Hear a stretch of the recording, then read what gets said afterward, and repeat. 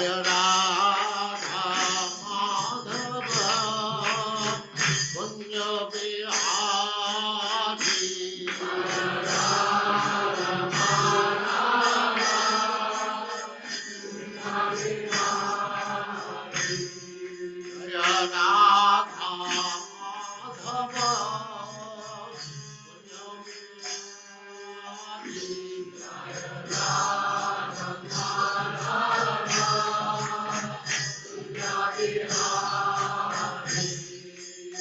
Gopi Jana Vallabha Girivaradhari Gopi Jana Vallabha Girivaradhari Gopi Jana Vallabha Girivaradhari Gopi Jana Vallabha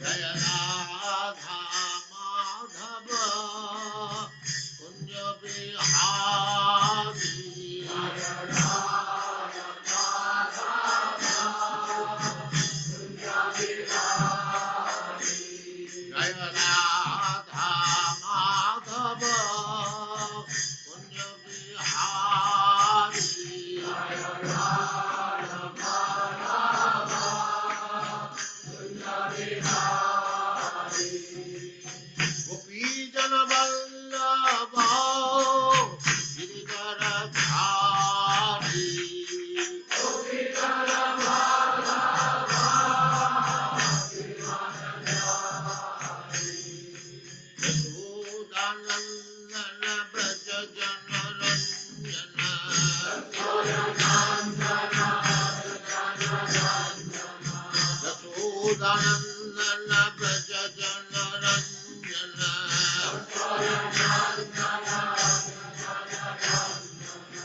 Jamuna Tira Vanachari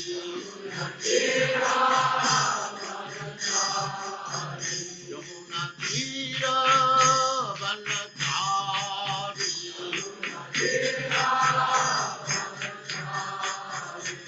Jaya Radha Madhava Kunja Bihari Jaya Radha Madhava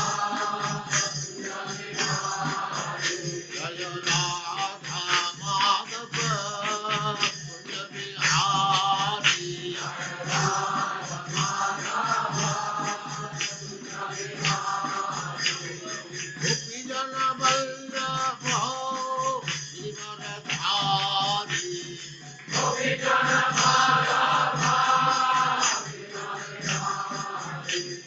Gopi Jana Vallabha Girivaradhari Gopi Jana Vallabha Yashodanandana Braja Jana Ranjana Yashodanandana Braja Jana Ranjana Jamuna Tira Vanachari Jaya Radha Madhava Kunja Bihari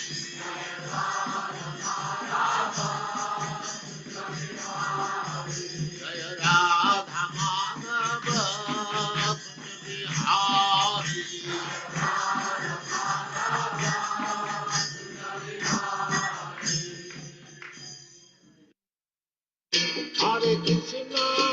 Hare Krishna, Krishna Krishna, Hare Hare, Hare Rama, Rama Rama, Hare Hare.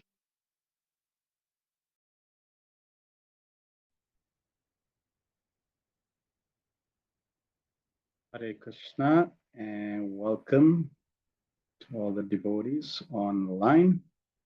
Thank you very much for your kind association and presence in associating with Srimad Bhagavatam Canto 3, chapter number 2, verses 12 to 24. Very wonderful chapter and very apt and appropriate for us as practitioners of Krishna consciousness, remembrance of Lord Krishna. Our whole practice of Krishna consciousness is centered around this pivotal aspect of remembering Lord Krishna, trying to remember him constantly throughout the day, throughout all the hours of the day, at every moment. We want to come to that stage. So very wonderful chapter. Let us do the Mangala Charan prayers. Om Jnana Timivandasya Jnananjana Shalakaya Chakshurun Militam Yena Tasmei Shri Guruve Namaha. Shri Chaitanya Manobhistam Stapitam Yena Bhutale Swayam Rupa Kadamayam Dadati Swapadantikam. Vandeham Shri Guru Shri Utapada Kamalam Shri Gurun Vaishnavamscha Shri Rupam Sagrajatam Sahagana Raghunatamitam Tam Sajivam Sadvaitam Savadutam Parijana Sahitam Krishna Chaitanya Devam Shri Radha Krishna Padan Sahagana Lalita Shri Vishakhanvitamscha He Krishna Karuna Sindhu Dina Bandho Jagatpate Gopesha Gopika Kanta Radha Kanta Namastute Tapta Kanchana Gourangi Radhe Vrindavaneshwari Vrishabhanu Sute Devi Pranamami Hari Priye Vanchakalpatarubhyascha Kripa Sindhubevacha Patitanam Pavinebhyo Vaishnavebhyo Namo Vishnupadaya Krishna Pristaya Bhutale Srimate Bhakti Vedanta Swami Niti Namine Namaste Saraswati Deve Gauravani Pracharine Nirvishesa Sunyavadi Paschatya Distarine Jai Shri Krishna Chaitanya Prabhu Nityananda Shri Advaita Gadadhar Shivasadi Gaura Bhakta Vrinda Hare Krishna Krishna Krishna Hare Hare Hare Rama Rama Rama Hare Hare Sarva Shastra Piyusha Sarva Vaireka Satphala Sarva Siddhanta Ratnadya Sarva Lokai Prada Sarva Bhagavata Prana Srimad Bhagavato Prabhu Kalidwando Didaritya Shri Krishna Parivartita O Srimad Bhagavatam, O nectar churned from the ocean of all Vedic scriptures, O most prominent translated fruit of all the Vedas, O you enrich the jewels of all spiritual philosophical conclusions, O you grant spiritual vision to all the people of the world, O light breath of the Vaishnava devotees, O Lord, you are the sun which has arisen to dispel the darkness of Kali Yuga. You are actually Lord Krishna who has returned amongst us. Paramananda Pataya Prema Varshasha Rayate Sarvara Sarva Sevyaya Shri Krishnaya Namastute. O Srimad Bhagavatam, offer respectful obeisance unto you. By reading you one attains transcendental bliss. For your syllables rain pure love of God upon the reader. You are always to be served by everyone for your incarnation of Lord Krishna. Madeka Bando Mad Sangyam Mad Guru Mad Mahadana Mad Nishtaraka Mad Bhagya Mad Ananda Namastute. O Srimad Bhagavatam, O my only friend, O my companion, O my teacher, O my great wealth, O my deliverer, O my good fortune, O my bliss, I offer respectful obeisance to you. Asadu sadhu tadai natini chochataraka hanumun chakada chinmam premna ritkatayospura. O Srimad Bhagavatam, O give us saintliness or unsaintly, O uplifted the very fallen, please do not ever leave me. Please become manifest in my heart and my throat, a company of pure love of Krishna. Hare Krishna, Krishna Krishna, Hare Hare, Hare Rama, Rama Rama, Hare Hare.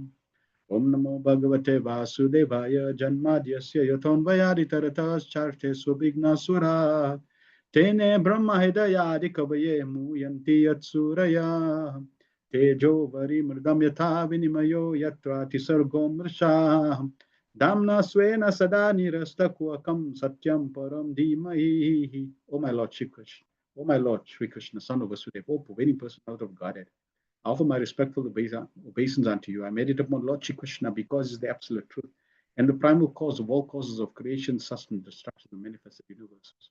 He is directly and indirectly conscious of all manifestations.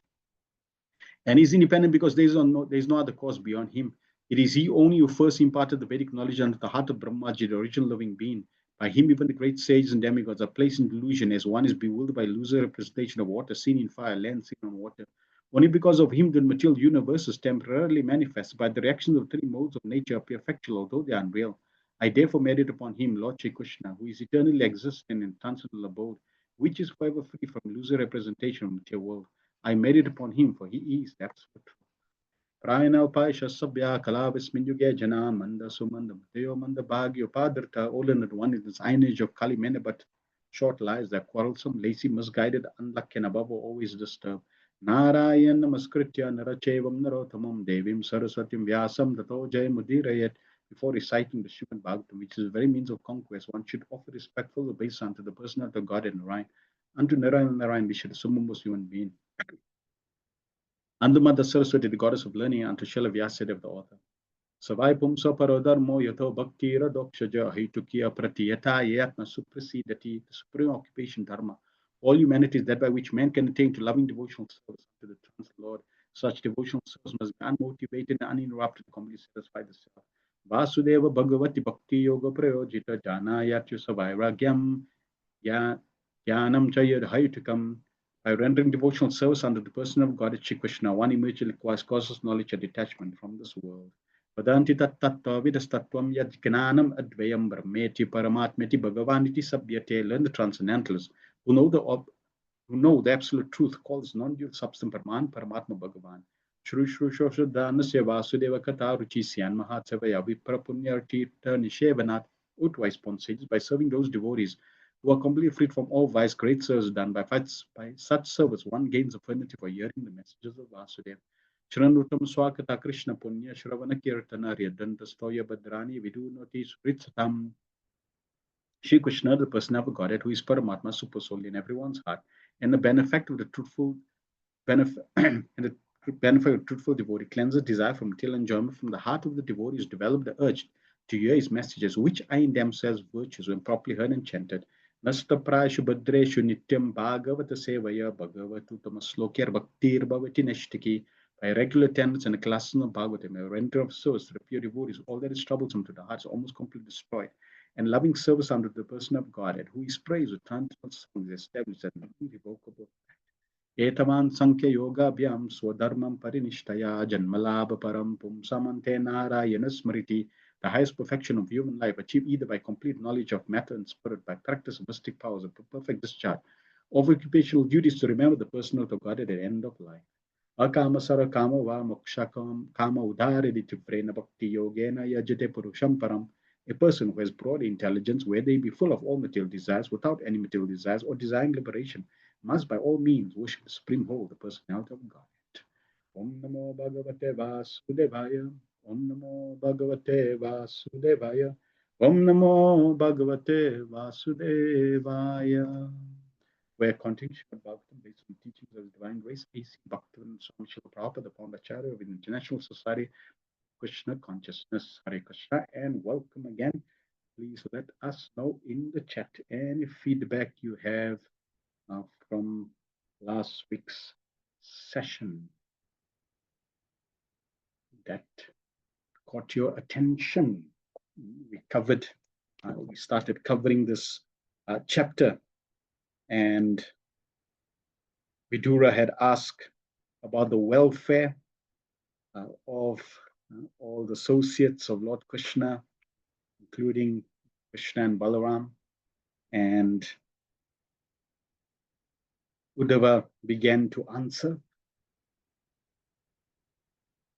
And just by contemplating, just by remembering the Supreme Personality of Godhead, Uddhava went into ecstasy.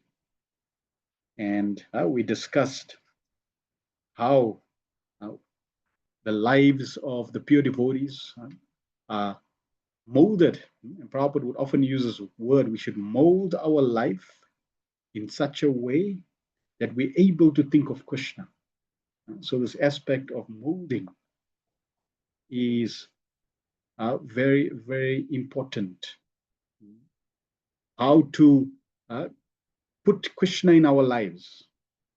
And no doubt, Prabhupada has facilitated that process in so many ways. for us. And we can enhance that, those processes, those recommendations that Srila Prabhupada has given us to try to remember Krishna, try to bring Krishna in our lives at every moment, by remembering. So why? By remembering. Why? Because Prabhupada made it very clear, and we know it's there in scripture, that Krishna is absolute. The first verse of the Bhagavatam establishes that Krishna is the absolute truth. And Krishna, being the absolute truth, is absolute, meaning his name, remembering him, his form, his pastimes, the qualities, anything connected to Krishna is of an absolute nature. And that means that whatever you, in whatever form you come in contact with Krishna, like we are now associating with the Bhagavatam in the form of a book, Krishna appearing in the form of a book, Krishna appearing in the form of sound. And if we associate with Krishna in the form of sound, his holy name, we are directly associating with Krishna. You see the picture of Krishna, you are directly associating with Krishna. So all aspects of Krishna, we are associating. What does that do? It purifies our lives. That purification is necessary for us to go deeper in our relationship with Krishna. As long as we are not purified, there's a shield of ignorance, a shield of sin that's blocking us from entering into a relationship with Krishna. Just like someone wants to buy a car, they have the desire to buy the car. But without money, without Lakshmi, there is no question of you buying that car. You can stand on your head if you have to. That car is not coming to you. You need the purchasing power in the form of Lakshmi to purchase that vehicle. Similarly, we cannot establish a relationship with Krishna without being purified. Our heart needs to be pure. We can have knowledge of Krishna, we can have some sentiments towards Krishna, we can engage in devotional service, but we know that is all mixed. Therefore, this aspect of living a life that is molded in Krishna consciousness, so that we can purify our life and then rise beyond the bodily concept. This morning I was thinking, what other measure we could use to say, I am now free from sin, or I can now enter into a deeper relation with Krishna. And what came to my mind was, do I still identify with this body? And if the answer is yes, well, that means work to do. Because that means there's still there's a layer that's stopping you. Because if you think you're this body, well, then where's the question of having a relationship with Krishna? Substantial and tangible relationship with Krishna. So there's work to do. Because we may think, okay, I'm fairly pure. Well, let's see if you have transcended the bodily platform of life. So yes, it's a journey, and we need to keep going. So Uddhava, being a pure devotee from birth, totally transcendental. When he thought of Krishna, he went into ecstasy. And Prabhupada writes, the Bhagavatam says, he was in the spiritual world and he came down, mercifully came down to answer Vidura's question. And then he started answering very philosophically first. explaining how everyone is controlled by the power of time. And therefore, because we are controlled by the power of time, we should not waste time. You can't say, yeah, I'll practice more seriously tomorrow, next week. You don't know if tomorrow is coming. We don't even know if we're going to see this tomorrow's sunrise. So therefore, we have to use this time now to be Krishna conscious. Tomorrow is never going to come. Yesterday is gone.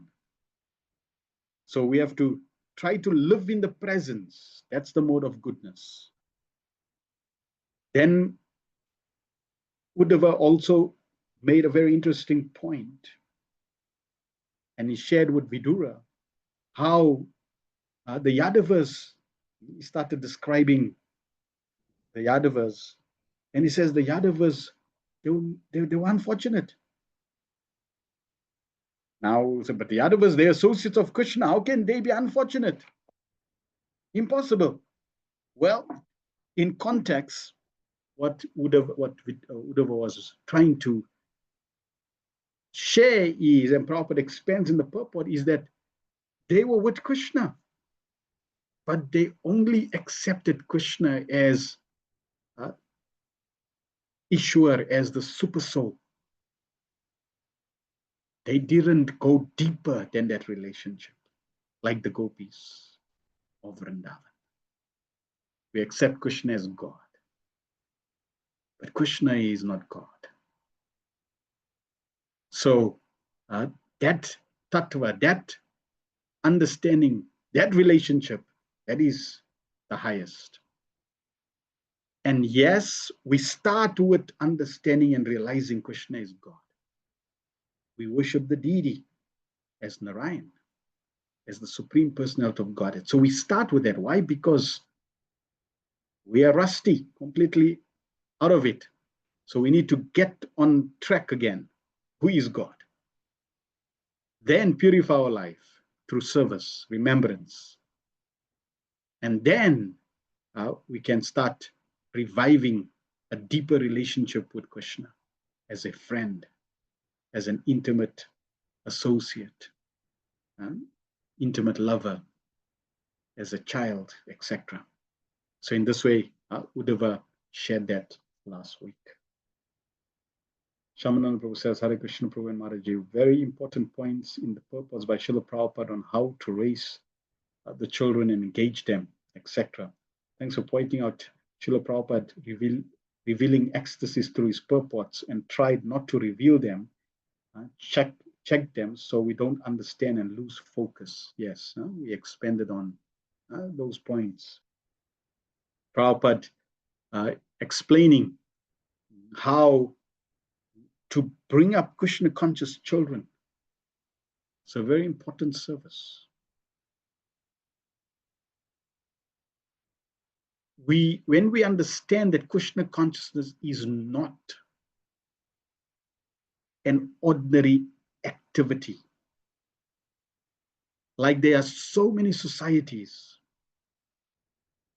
but all these societies, they're on the material platform. They have very little to do with dharma and the real dharma of the soul. They're all related to the material body. But Krishna consciousness is dealing directly with you and your dharma, your duty, your life. And therefore, when we give Krishna consciousness to children, that foundation is priceless. When we give Krishna consciousness to anyone, that exposure is priceless. Why? Because it is giving the eternal truth that will eternally benefit that soul. It's like an eternal gift. that can never be taken away. So I touched on that. And then, yes, Prabhupada did not show magic that people like to see, supernatural things. Although Prabhupada, many devotees experience Prabhupada's mystical presence. Like devotees would see Prabhupada when he would come, when he would land. And in the airport, Prabhupada would be taking the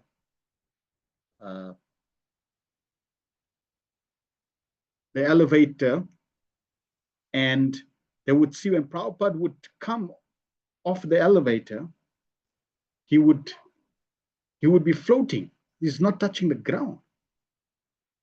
Prabhupada would be shining. So, one devotee was trying to grab Srila Prabhupada's feet, and there was something blocking Srila Prabhupada's feet. Then she prayed to Tulsi Devi and she got access. So like that, there's so many mystical things. Prabhupada was able to read people's minds. So there were definitely mystical aspects. I think Mother Yamuna saw, she was walking behind Srila Prabhupada, and she noticed, she was thinking, she had this understanding that we need to walk in Prabhupada's lotus feet, like following the footsteps of Acharya. So she was meditating. So one time she was behind Srila Prabhupada and she was thinking, I'm going to walk literally because it was muddy, like, moist, ground was moist. So Prabhupada, her footprints were being made into the soil. And she was thinking, great, I'm going to walk in Prabhupada's feet because I'm walking behind Prabhupada's footprints. And what she noticed was Prabhupada never left footprints behind. So little like, huh? Really? What's happening here? And I think she asked Srila Prabhupada, and Prabhupada said, yes, that's the difference between you and me. So Prabhupada, another devotee saw Prabhupada from behind, and fireworks was coming out from Srila Prabhupada. Another devotee, she was distributing Back to Godhead magazine. And while she was distributing Back to Godhead magazine, she felt her hair on her body stand up. And when she turned around, she saw Srila Prabhupada right next to her. So she said she felt Srila Prabhupada before seeing Prabhupada. So many devotees had that experience. But Prabhupada never made that as the reason to follow him, as the reason to practice Krishna consciousness. No. Why should we practice Krishna consciousness? Because we need to understand there's a need. It's an integral part of our existence. So therefore, we definitely need to practice Krishna consciousness. At the same time, without that connection, that deep connection, we can't move forward. So how merciful Prabhupada has given us the experience of his ecstasies in his purpose. What he feels in relation to Krishna is in his purpose. And therefore, when you take Prabhupada's book and you just read, it seems like Giriraj Maharaj said, deceptively simple. It's like, okay, just a purport, ink, pen, paper, written book, okay, like every other book. But no, the depth of that is inconceivable, totally inconceivable. And the more we become Krishna conscious and the more we become conscious of that, the more we can enter into Prabhupada's purpose. Thank you. Let us now proceed. So we covered first section. So now today we're going to go over also remembrance of Lord Krishna. Uddhava remembers the attractive beauty of the Lord. and Lord Krishna's mercy and bewildering activities. Uddhava, Sukadev Goswami, he was attracted, he was a Brahmavadi. We heard about Sukadev Goswami in the first canto. He was a Brahmavadi. And he got attracted to Krishna through two verses. One verse, which was on the beauty of Lord Krishna in the 10th canto, 21st chapter, verse 5.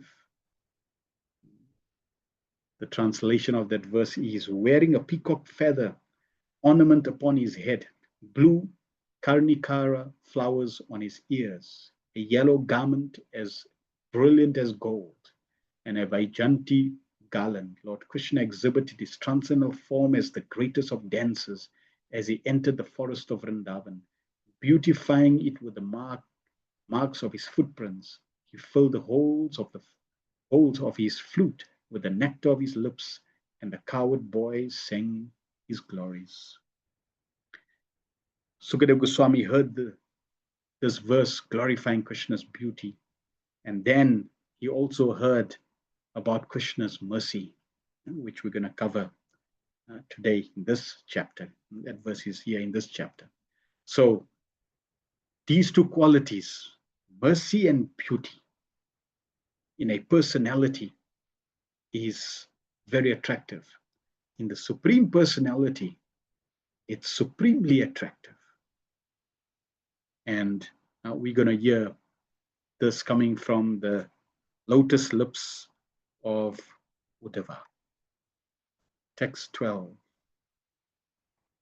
Yanmartyalilo payikam swayoga maya balam darshayata grihatam vishmapanam swasya cha sobhagarde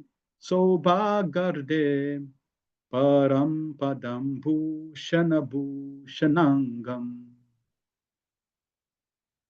The Lord appeared in a mortal world by his internal potency, Yogamaya.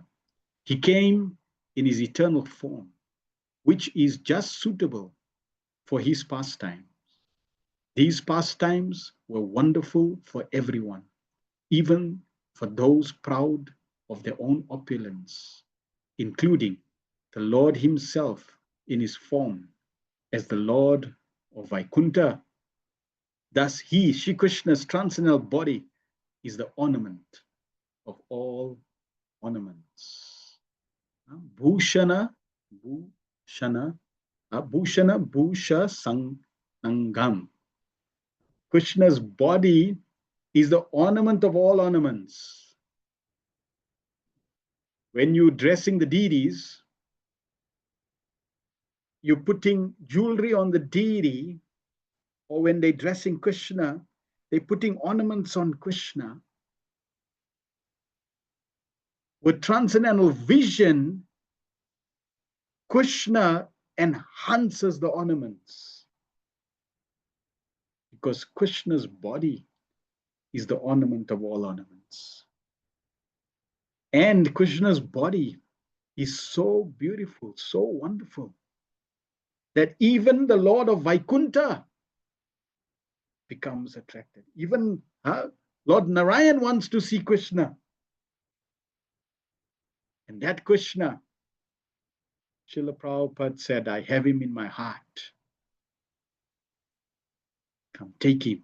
I want to give you Krishna. So this gift that Srila Prabhupada is giving us is inconceivable. It's rare. Prabhupada's purport. In conformity, the Vedic hymns, Nitya Nityanam, Chetana Chetananam, Katha Upanishad 2.13.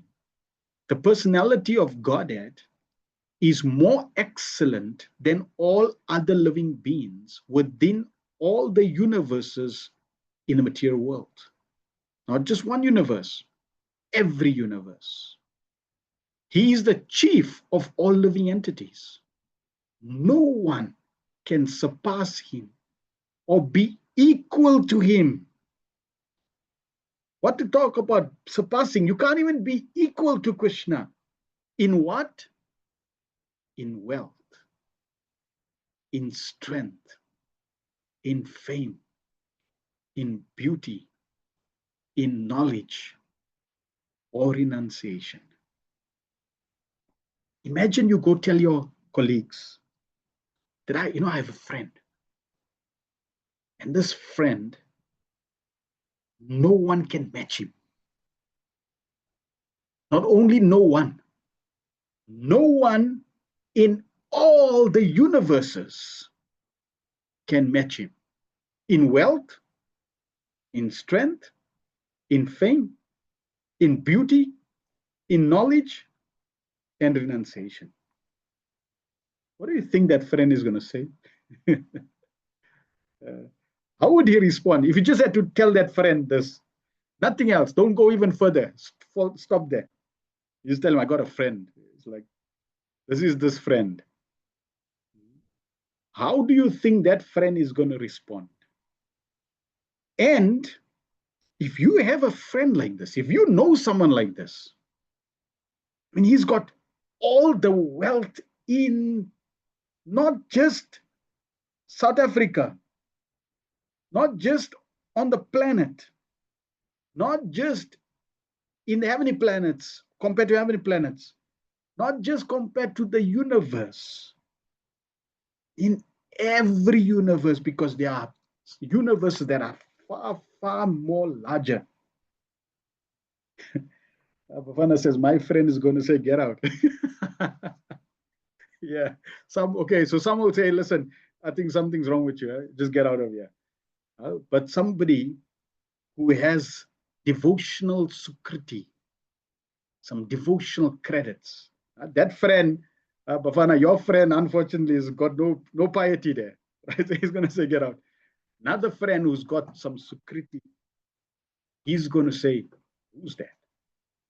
Are you serious? Really? Yeah, I'm serious. Like, okay, let me ask you all a question. If I had to make that statement, that I have a friend who no one can surpass or equal in wealth, strength, fame, beauty, knowledge, and renunciation, is that true or false? Am I lying or am I actually saying the truth? What would you say? Is that actually true or false?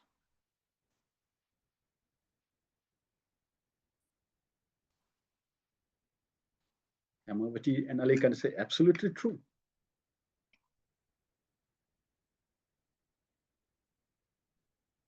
Definitely absolutely true. Yeah. So I'm not lying. And because I know I'm not lying, when I say that to someone, that will also come through that he's serious, he's not lying. And somebody's got some devotional security, devotional credits. He's going to say, really? Tell me also. Because next week, take some time and just meditate on this statement that no one can surpass Krishna. My friend, or be equal to him in wealth. My friend Krishna is the most wealthiest. My friend Krishna has the greatest strength. My friend Krishna is the most famous. My friend Krishna is the most beautiful. My friend Krishna is the most knowledgeable. And my friend Krishna is at the same time even the most renounced. And if I have such a friend in need is a friend indeed. Would I be in lack of anything? If I am lacking anything, it's not Krishna's fault necessarily. It's my fault because I left my friend. my friend never left me.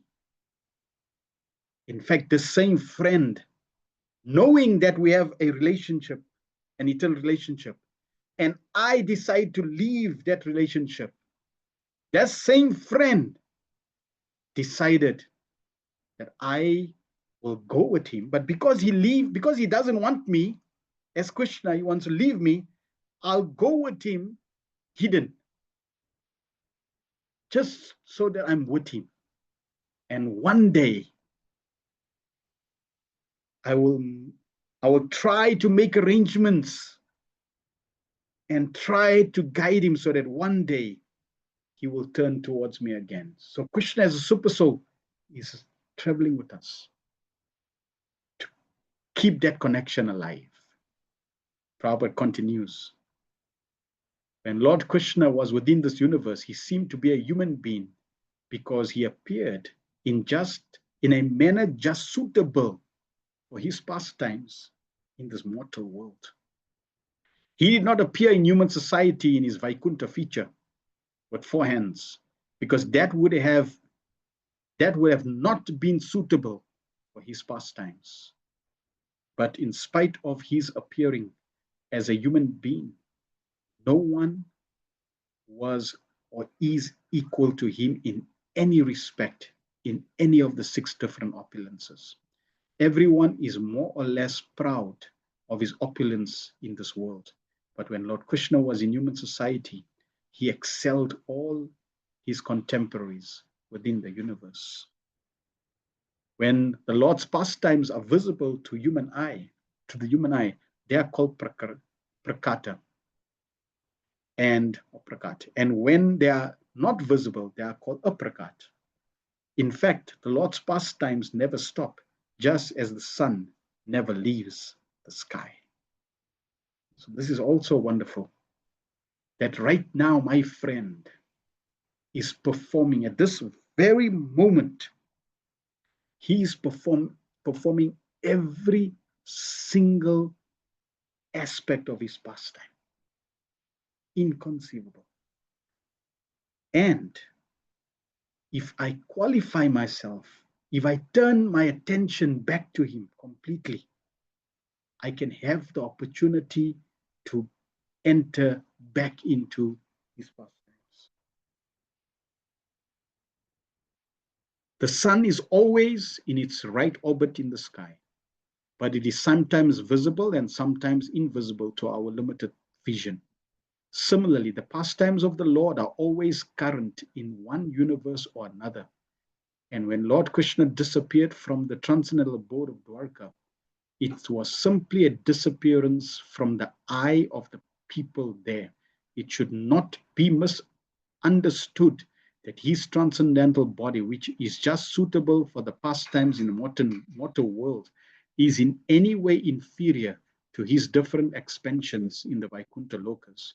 His body manifested in the material world is transcendental par excellence, in the sense that his pastimes in this mortal world excel his mercy displayed in the Vaikuntha lokas. His body manifested in the material world is transcendental par excellence.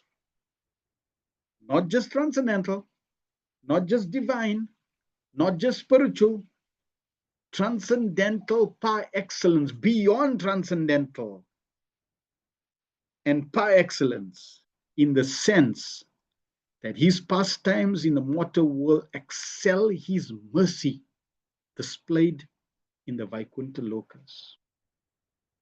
The mercy that the residents of Vaikuntha get in Vaikuntha cannot be compared to the mercy that Krishna displayed when he came here 5,000 years ago. Now let's extend this a little more. If this is in relation to Krishna, that he is the Krishna's body is the ornament of all ornaments, and that when he performs his pastimes in this world, it is transcendental par excellence.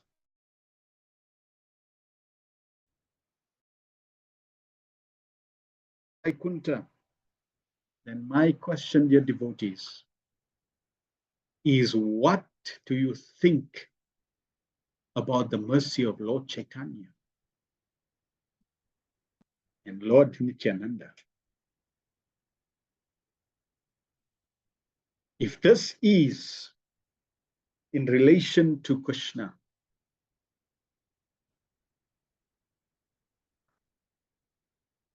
if the internet is giving me a warning, my internet is low. If it breaks, just let me know.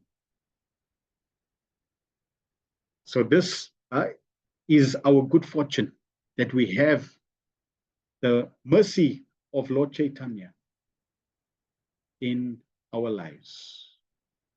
His body manifested in the material world is transcendental par excellence, in the sense that his pastimes in the mortal world excels his mercy displayed in Vaikuntha Lokas.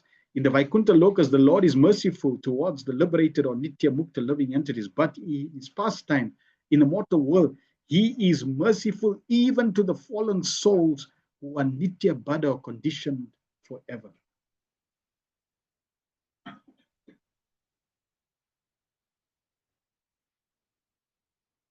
Amavati and Alinika says, super transcendental par excellence. Yes. And Bafana says, closer description is munificent. Sri Rupa Goswami says, the most munificent. Not just munificent, the most munificent. This is Lord Chaitanya. And if it wasn't for Srila Prabhupada, I can personally say I would have no clue about Lord Chaitanya, Lord Nityananda.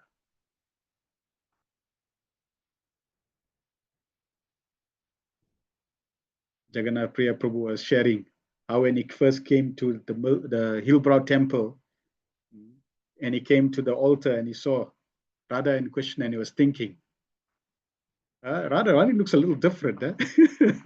So this is how it's like you come into the temple of Hare Krishna movement and you're not sure who's on the altar. Something's not right, because we were never told. I only heard about Lord Chaitanya in one book by Shivananda, and there Shivananda gives one line. Lord Chaitanya was a great historic sannyasi. Full stop. That's it. That's not Lord Chaitanya. That's definitely far from the truth. Yes, he was a sannyasi, but far beyond. And Prabhupada has opened up the storehouse. So we should not take this lightly. Do not take our relationship with Lord Chaitanya, Lord Nityananda lightly. It is Prabhupada's causeless, inconceivable mercy.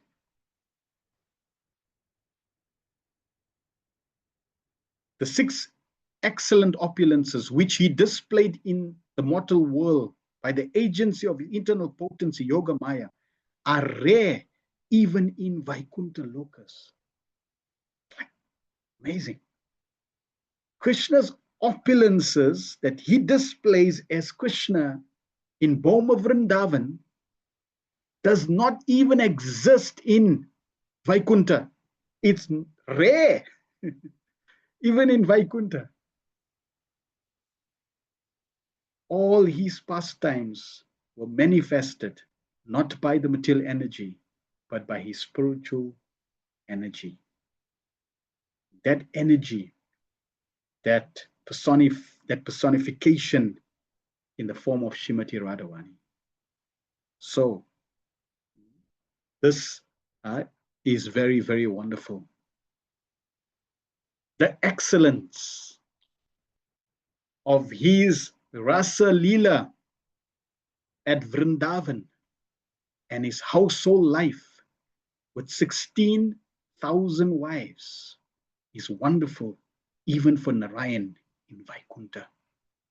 And he's certainly so for other living entities within this mortal world. His pastimes are wonderful even for other incarnations of the Lord, such as Shri Ram, Nishinga, and Vara. His opulences His opulence was so super excellent that his pastimes were adored even by the Lord of Vaikuntha, who is not different from Lord Krishna himself. Even the other incarnations become attracted by Krishna's pastimes. Even Shri Ram, Shinga, Vara. Inconceivable. And Prabhupada, he summarized Krishna's Vrindavan pastimes in the 10th canto, from the 10th canto in Krishna book. And his desire was to give Krishna in the form of Krishna book to the world. This Krishna, who is in Vrindavan, this is who everyone calls God. And they have no real depth, deep understanding of who this God is, what are his qualities, what are his traits, what are his activities, what is he doing, what is his natural occupation, his name, what does he like, what does he love. And we have that in the form of Bhagavatam. Text 13. Yaddharma sunor Bhattarajasuye Nirikshya Drikswastyan Yanam Triloka Karsne Yachadyeha Gatam Vidatu Arvakshruto Shalam Ityaman Yata. All the demigods from the upper, lower, and middle universal planetary systems assembled at the altar of the Rajasuya sacrifice performed by Ma Yudhishthira after seeing the beautiful bodily features of Lord Krishna. They all contemplated that he was the ultimate dexterous creation of Brahma, the creator of human beings. There was nothing comparable to the bodily features of Lord Krishna when he was present in this world. No comparison. Does not exist and will never exist. And here is even the punchline. What is happening to Krishna's comparable bodily features at every moment? Prabhupada starts off to say, there was no comparable to the bodily features of Lord Krishna when he was present in this world. That's how beautiful Lord Krishna was. And I say was.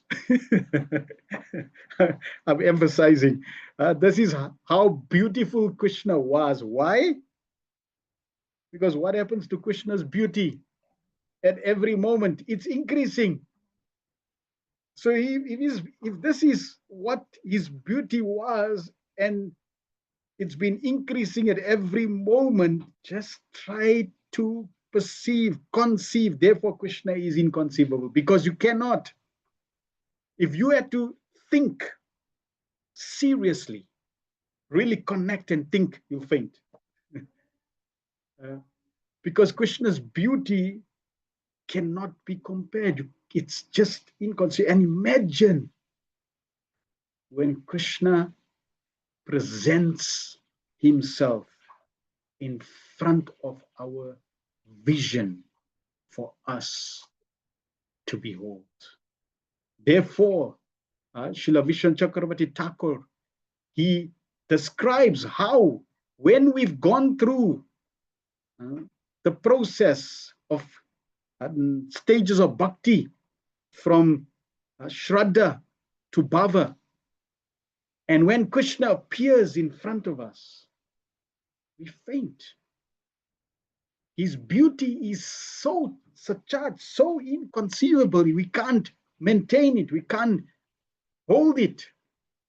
We faint in ecstasy. This is the person we are trying to revive our relationship for. The most beautiful object in the material world may be compared to the blue lotus flower or the full moon in the sky.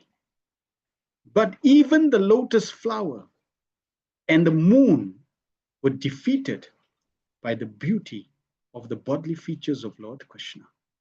And this was certified by the demigods, the most beautiful living creatures in the universe. The demigods thought that Lord Krishna, like themselves, was also created by Lord Brahma. But in fact, Brahma was created by Lord Krishna. It was not within the power of Brahma to create the transcendental body of the Supreme Lord. No one is the creator of Krishna. Rather, he is the creator of everyone. As he says in Bhagavad Gita 10:8, Aham sarvasya prabhavo matta sarvam pravartate. 14. Yasya nuraga plutaha sarasa lila valoka pratilabhamana vrajastriyo dregbir anupravrita diyo vatsa diyo vatastu kilakrit shesha. The damsels of Vraja, after pastimes of laughter, humor, and exchanges of glances, were anguished when Krishna left them. They used to follow him with their eyes, and thus they sat down with stunned intelligence and could not finish their household duties.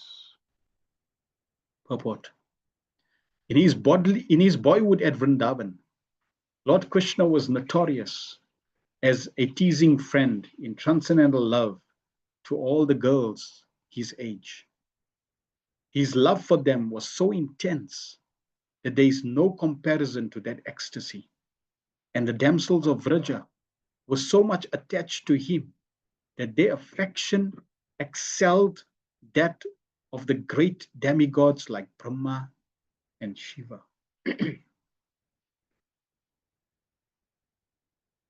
So when we talk about the damsels of Vraja, we should not underestimate these simple coward ladies. We may think, yeah, they're simple coward village ladies, they don't know anything. No, you're probably saying their affection excels even that of demigods like Brahma and Shiva. So they were no ordinary personalities.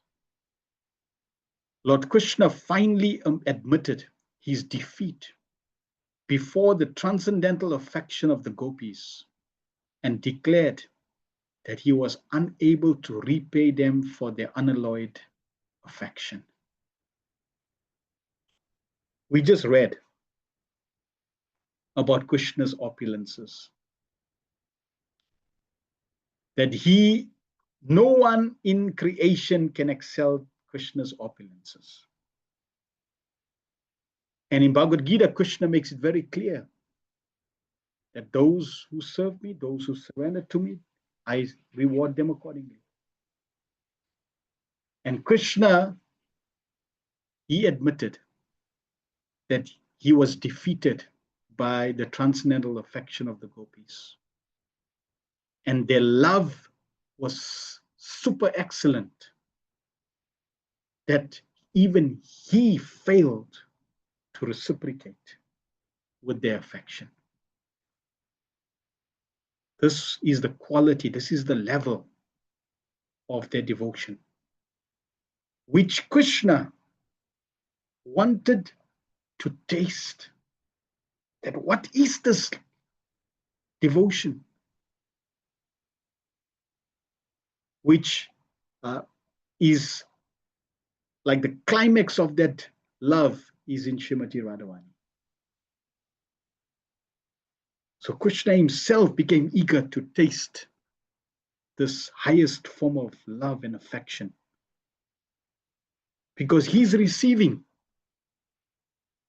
So he cannot appreciate or fully comprehend what they're experiencing. Although the gopis were seemingly anguished by the Lord's teasing behavior, when Krishna would leave them, they could not tolerate the separation and used to follow him with their eyes and minds. They were so stunned by the situation that they could not finish their household duties. No one could excel him, even in the dealings of love exchanged between boys and girls. It is said in the revealed scriptures that Lord Krishna personally never goes beyond the boundary of Vrindavan. He remains there eternally because of transcendental love of the inhabitants. Thus, even though he is not visible at present, he is not away from Vrindavan for a moment. Krishna cannot leave Vrindavan because of the love of the gopis.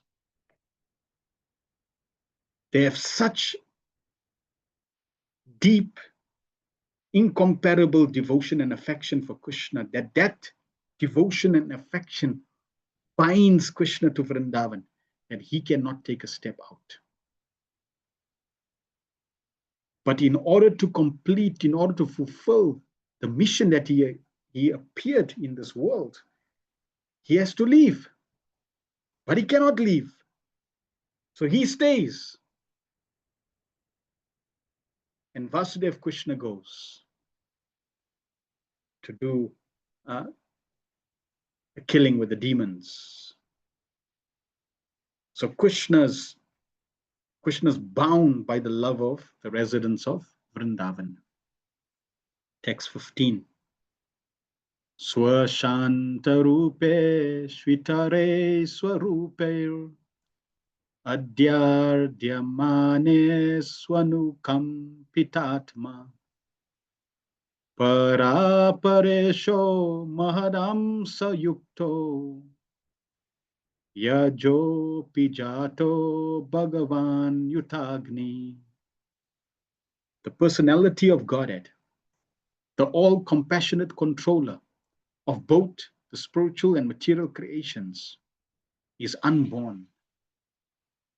But when there is friction between his peaceful devotees and persons who are in the material modes of nature, he takes birth just like fire, accompanied by his plenary portions controlling the Mahatattva.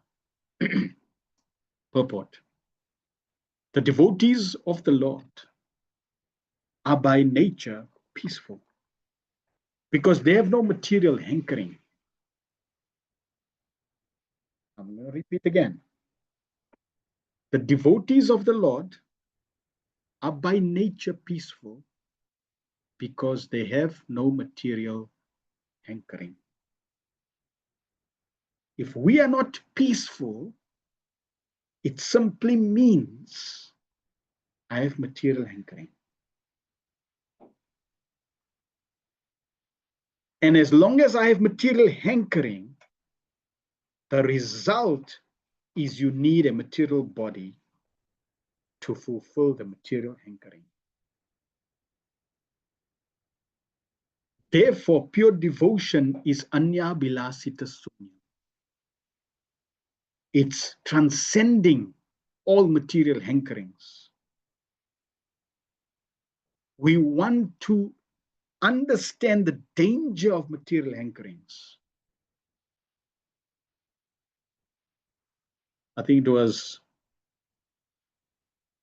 some great person, Buddha or Gandhi or somebody, I think maybe Buddha, he said, people say, I want happiness. If you take the I and the want out, or you take that word want out, then you can achieve happiness. As soon as you want something in this material world, then it's going to be an obstacle. Now, how does a devotee who is conditioned manage hankering, material hankering? Because as long as I have this body, I'm going to have hankerings. Who here does not have any material desires related to the body? Or let's put it the other way. How many of you here have material desires related to the body?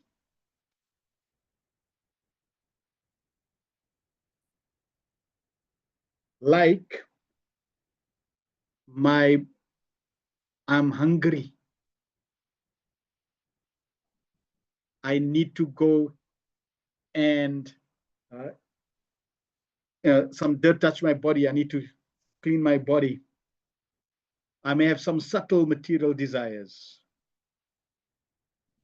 I may have gross material desires. We all have, because I have a material body and I'm attached to this body. So because we all have that, that's an obstacle. So how do I transcend material hankering? Like I'm hungry. So the materialists, they have hunger, which is a material desire that must be fulfilled, but they do not fulfill that on the level of Krishna consciousness. They don't dovetail that desire in relation to Krishna.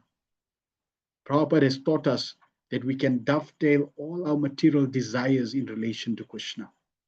And this way, we become purified. A liberated soul has no hankering, and therefore he has no lamentation. One who wants to possess also laments when he loses his possession. I want something, so you're lamenting. Then you get it, you're going to lament. I hope I don't lose it.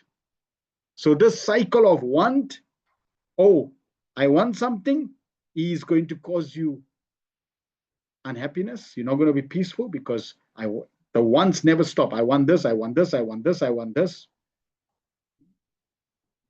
When they asked the richest man, can you summarize, your life and wealth in one word? He said, yes, more. So he wants more. He's got so much, he wants more. This is nature. You never get satisfied. You're never going to be peaceful.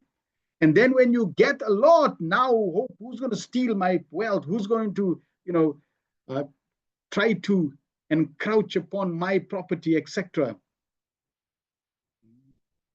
So in this way, we find we will never be settled. We will never be peaceful. But when you bring Krishna into your life, now the perspective changes. Now we can see, oh, wait a minute, it's not my wealth. Oh, wait a minute, it's not even my body. Oh, I'm not even this body. I'm servant of Krishna. So in this way, we start to mold. Oh, you mean I can dance? You mean I can have a party? You mean I can enjoy nice food stuff? You mean I can give pleasure to my senses? Yes. Krishna pleasure. Krishnatized pleasure. So in this way, I start to mold my life. And when I start molding my life in this way, then I'm slowly moving towards this aspect that devotees have no hankering for material possession and no hankering for spiritual salvation. And this is how I can achieve peace. Akama sarva kamava moksha kama udari tivrena bhakti yogena yajate purusham param. Doesn't matter where you are, whether you have no material desires or you are full of material desires, you still worship Krishna, but then only somebody who comes to Krishna and purifies life, he becomes a Shanta. He becomes Shanta, full of peaceful. Otherwise, everyone is Ashanta. Even somebody who wants to be liberated is not peaceful. Therefore, a devotee has no material hankering and no spiritual salvation, hankering for spiritual salvation. He simply accepts that whatever situation I am in is the best situation for me to surrender and accept Krishna. Whatever situation Krishna has placed me in now, that is the best situation for me. Krishna knows everything about us. Krishna knows that we are eternally related to him. And there is no lack of opulence in Krishna. So he's got everything. He's the most knowledgeable. And if he's got everything, and he's the most knowledgeable, and he knows that we have an eternal relationship with him, don't you think he's making the best arrangement for us? And that would mean that at every moment, wherever I am, when I'm accepting Krishna's guidance, Krishna in my life, then that is the best situation. And I have to simply use that situation to accept and surrender to Krishna and leave the future in his hands. If Krishna so desire, it will be. They say, thy will be done. But also says, we propose and God disposes. They are situated in transcendental loving service of the Lord as a matter of duty, and they do not mind where they are or how they have to act. So for a devotee, what becomes the basis? What becomes his sustaining force? What allows him to continue no matter what the circumstance is? We may say, yeah, Prabhu, when the situation is like this, then I will do ABC. But no, your Prabhupada is saying they are situated in transcendent loving service of the Lord as a matter of duty, and they do not mind where they are or how they have to act. This is the difference. Like Prabhupada went through so many situations and he accepted. Yes, the order of his spiritual master was driving his vision. That was giving direction. But no matter what situation was there, it was accepted. This is what Krishna wants. And yes, I still want to fulfill the order of my spiritual master. So if Krishna wants, he will make arrangements. He will assist. He will facilitate. I should not lose hope that Krishna has lost control, that Krishna doesn't know my situation, that Krishna doesn't care, that Krishna can't do anything. If we have these thoughts, this is Maya entering. We need to associate with the Bhagavatam so that the Bhagavatam will re-establish the truth about Krishna. Prabhupada continues, Karmis, Gyanis, and Yogis all hanker to possess some material or spiritual assets. Karmis want material possessions. Gyanis and Yogis want spiritual possessions. But devotees do not want any material or spiritual assets. They want only to serve the Lord anywhere in the material or spiritual worlds for material or spiritual worlds that the Lord desires. And the Lord is always specifically compassionate towards such devotees. So this is our aspiration.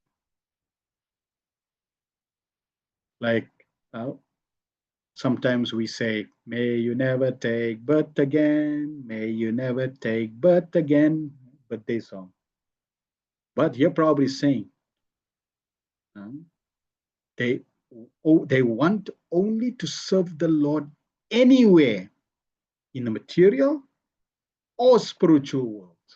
So if Krishna wants you to come back and take birth again, you can't say, may you never take birth again. Then it's whatever Krishna desires. May you take birth again. May you never take birth again. Whatever Krishna desires is up to Krishna. This is a devotee's inner aspiration. Whatever Krishna does. Krishna wants you want me to come back? Okay. And please, as long as, like Prahlad Math says, even if I have to go to hell, no problem. Keep me in the association of devotees. Srila Bhaktivinoda Thakur prays, sings in his song, even if you make me an ant or a dog, it's okay. Even if I get that body, it's okay. As long as I'm an ant or I am a dog in a devotee's house.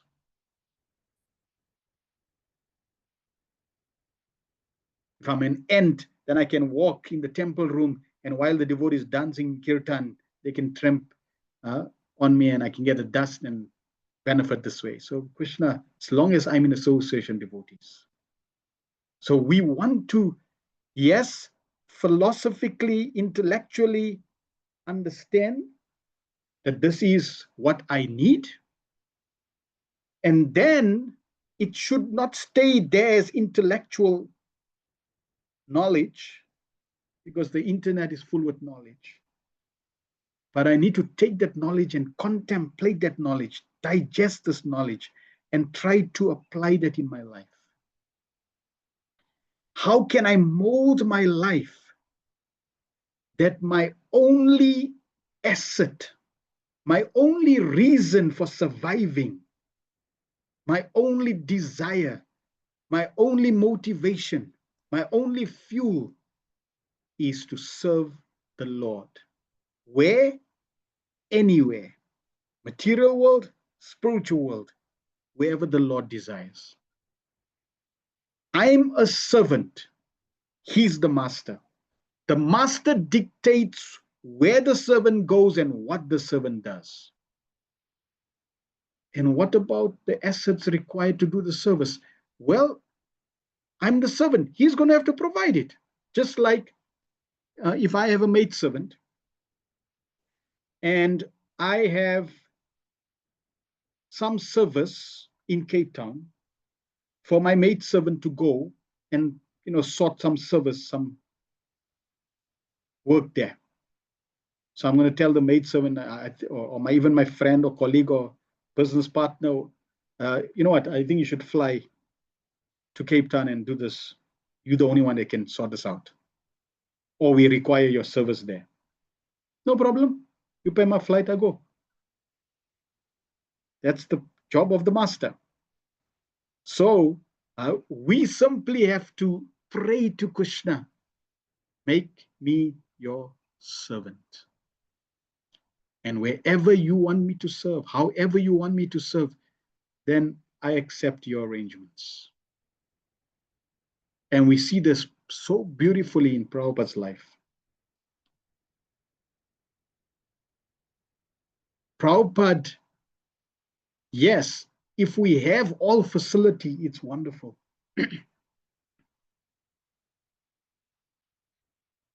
But it's a test of surrender and devotion. That when you have all, it's not when you have all resources that you are ready to serve. It's when you have no resources, are you ready to serve? And Srila Prabhupada, with no resources, never stopped serving. Venturing to America on a cargo ship with practically no money,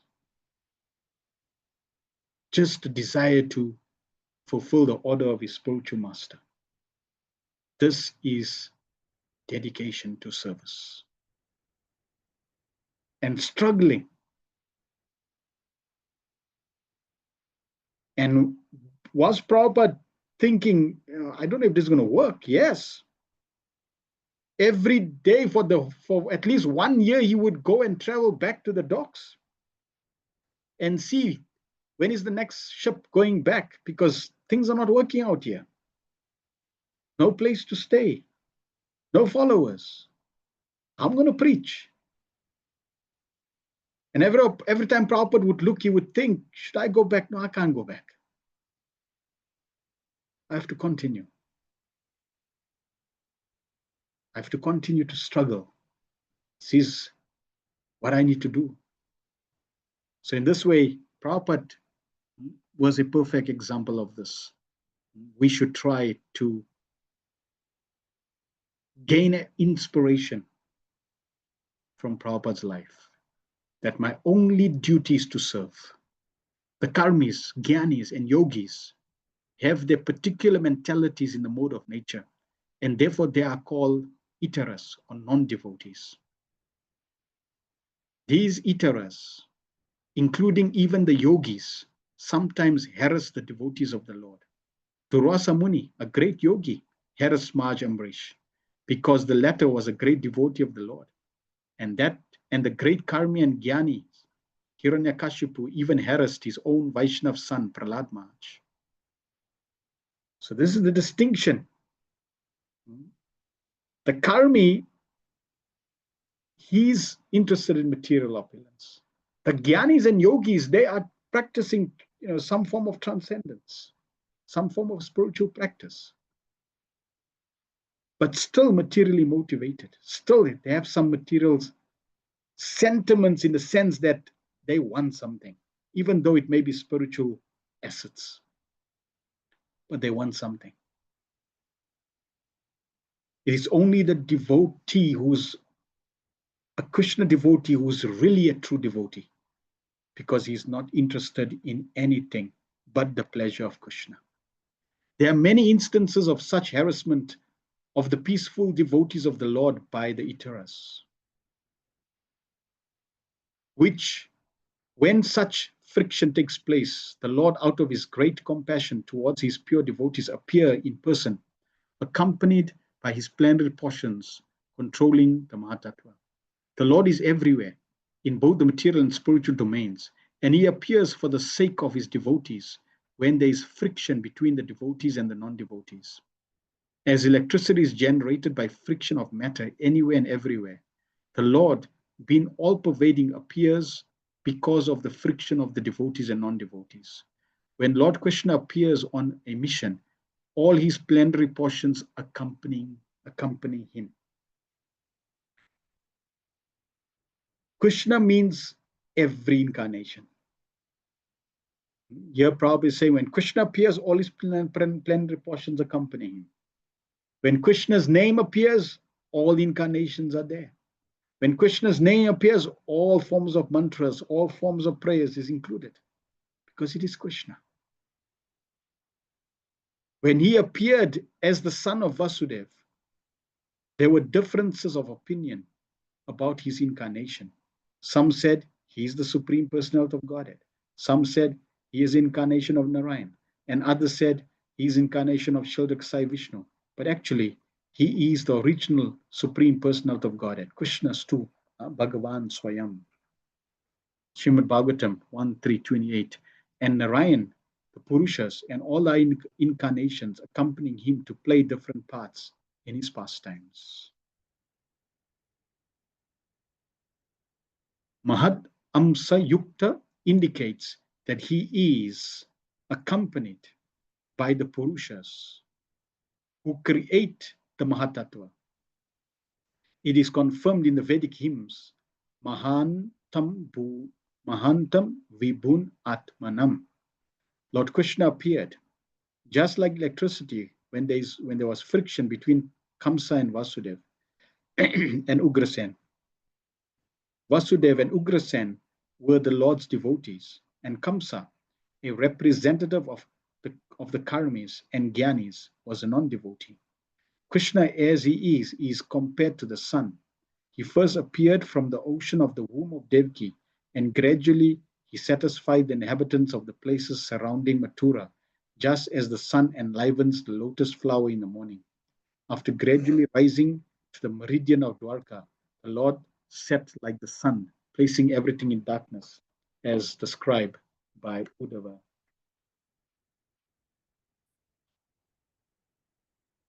Very poetic description of Krishna appearing like the sun and the lotus in relation to the lotus flower,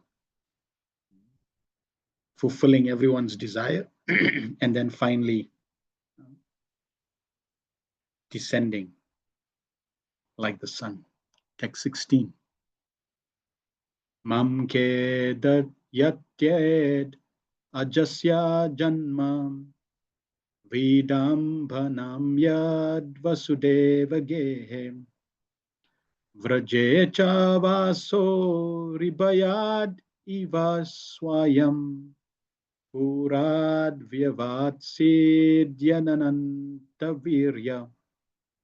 When I think of Lord Krishna, how he was born in the prison house of Vasudeva, although he is unborn, how he went away from his father's protection to Vraja and lived there incognito out of fear of the enemy, and how, although unlimitedly powerful, he fled from Mathura in fear. All these bewildering incidents give me distress.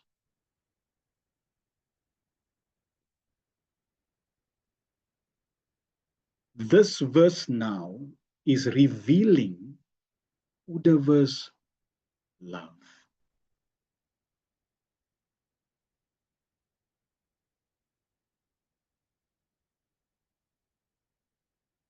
If we see Krishna, for example, Krishna is the supreme personality of Godhead with all opulences, inconceivable opulences that no one can match. If somebody with that level of opulence, power, fame is coming into this world, would they take birth in a prison cell where it's dark, midnight, with no facility to even appear, where his parents chained in fear that he's going to appear and be killed? Or would someone that has that level of opulence, be flying in a very opulent vehicle, descending from Vaikuntha, from Golaka Vrindavan into this material world with opulences that are way beyond one's imagination, with soldiers and protection, inconceivable luxury, and appearing? Because he's God, he can do that. He's got unlimited opulences. But Krishna didn't appear like that. And Uddhava is thinking of the difficulties that Krishna went through, even though he is the supreme. So Prabhupada in the purport says, because Lord Sri Krishna is the original person from whom everything and everyone has emanated, Aham Sarvasya Prabhavo, 10.8 Bhagavad Gita, Janmadhyasya Yata, Bhagavatam 1.1.1, Vedanta Sutra 1.1.2, nothing can be equal to or greater than him. The Lord is supremely perfect, and whenever he enacts his transcendental pastimes as a son, a rival, or an object of enmity, He plays the part so perfectly that even pure devotees like Uddhava are bewildered. For example, Uddhava knew perfectly well that Lord Shri Krishna is eternally existent and can neither die nor disappear for good. Yet he lamented for Lord Krishna. Uddhava knew perfectly well that Lord Shri Krishna is eternally existent and can never die nor disappear for good, yet he lamented for Lord Krishna. If he knew about Krishna, why did he lament? Just like if we appearing at the scene where Lord Krishna is now lying there, the hunter Jara has shot the arrow, and Krishna is lying there ready to leave, and Krishna tells you, I'm dying, I'm leaving. If you are in that situation where you're witnessing that situation, and you are there in terms of your current situation, like now, let's say we are here, right? We transported to that scene. So if you are now transported, as you are now in 2025, 28th of June, as you are now, if you are transported instantly to that scene, and now you are watching that scene, how would you respond? Please share in the chat. What would be your thought patterns? What would be your emotions? Please share any thought patterns or emotions that go through you. So I transported you at this scene with that Uddhava just witnessed, right? And well, Uddhava was just witness. If I transport you to that scene, what would your emotions, your thought patterns be? What would come to your mind consciousness? Madhuri says, telling Krishna, please take me with you. So that's what came to her thought pattern. What comes to your thought patterns, your mind? Please share in the chat.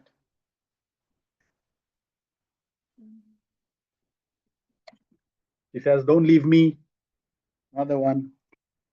Anything else that comes to anyone's thought patterns? I hope you're all hearing me. Amavati and Nalinika says, our hearts will be broken to see Krishna like that. Okay, good. Any others? I would express deep feeling of separation. Okay. If I'm in that situation, and remember, please note my what I said, right? You are going there not like you are a future pure devotee. I'm talking about going there like now. Me, real. This person that's here now, not what I'm going to become. Now, if I go there at this point, if I had to go there, I'll say, Krishna, I know this is just a pastime.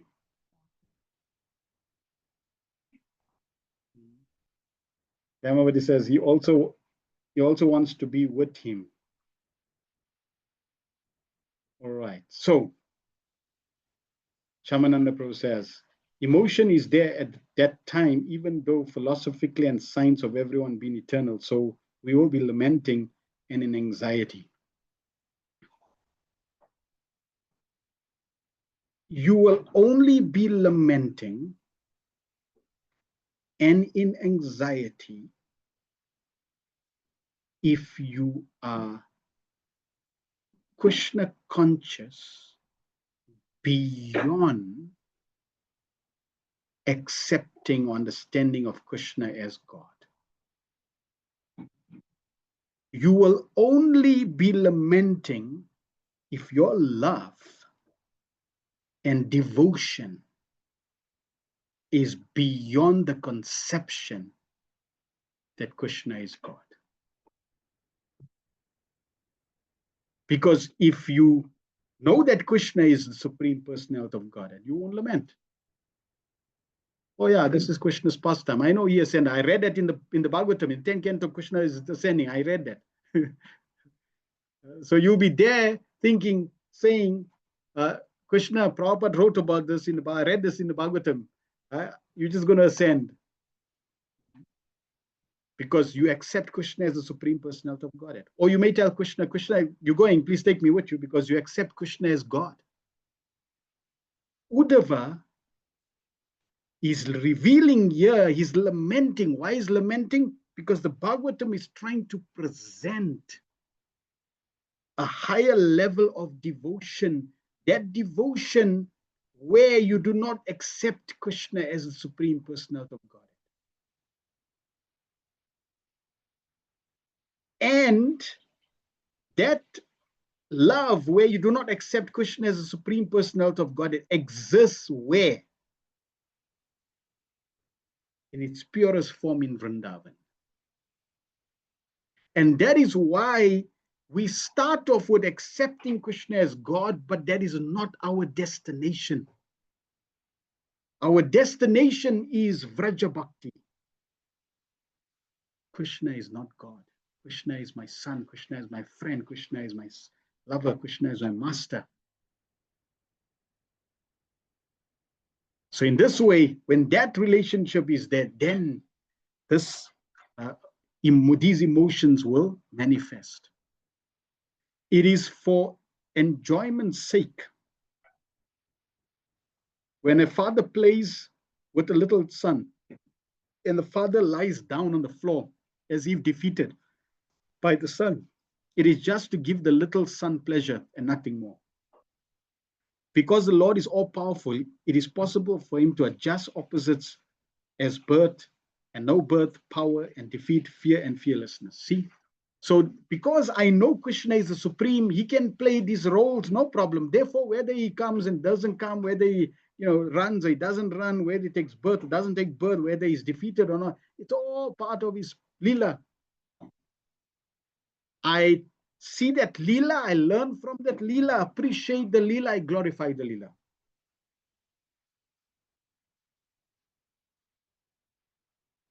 The gopis, they don't see the lila in that way. A pure devotee knows very well how it is possible for the Lord to adjust opposite things, but he laments for the non-devotees who, not knowing the supreme glories of the Lord, think of him as imaginary simply because there are so many apparently contradictory statements in the scriptures.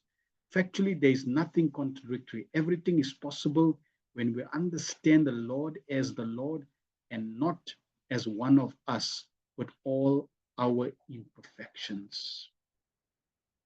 So now Prabhupada is taking this verse and bringing this verse to reality that Uddhava is lamenting, but there's no need to lament because Krishna, all his pastimes are perfect and he is fully in control at every point in time. Because he is the Supreme Personality of God and he can do anything. So he's no ordinary person, not like the non-devotees that think, yeah, Krishna is one of us. And just see, you see how Krishna is one of us? Why couldn't he kill Kamsa when he was a baby? He had to run away. See, he was struck, he was scared. And even when Krishna was attacking Vrindavan, what he did? He ran away again. Kamsa was attacking Vrindavan with all the demons. What did he do? He ran away again. And also, he ran away from the battlefield. And when the hunter Jara shot an arrow, Krishna he got killed. So he's likewise one of us. So Prabhupada is highlighting this point that those individuals are unfortunate. They non-devotees. They would lament. But there's no lamentation for the pure devotees. Why? Because the pure devotees know that the Lord is performing his lila. This is all pastime. He's in full control. There was never, ever a time where Krishna loses control, is never in control. Never. So that's the pure devotees' understanding of Krishna as the Supreme Personality of Godhead. But Mother Yashoda was feeling great anxiety.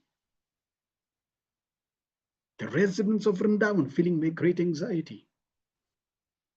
When Krishna was on Kalya, they were fainting in anxiety. Uddhava, when he saw Krishna, he was lamenting because of their love. Their love overpowered the knowledge that they may have that Krishna is supreme, Krishna is God. This is what that love does. And that love is what is glorified. 17. Dunoti cheta smarato me mametad yad ahapadav abhivandya pitro tatam bakam sad urusang sankitanam prasidatam no kritanish kritenam. Lord Krishna begged pardon for his parents, for their Krishna and Balram's inability to serve their feet due to being away from home because of great fear of Kamsa. He said, "Oh mother, oh father, please excuse us for this inability. All this behavior of the Lord gives me pain at heart."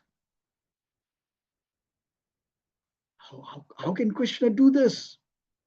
Or how is he allowed to do this? He's the Supreme Lord. Yet it seems like he doesn't have the ability to do some things, and therefore he has to go and beg forgiveness. Please forgive me, I couldn't do this. Thinking about this is causing Uddhava pain.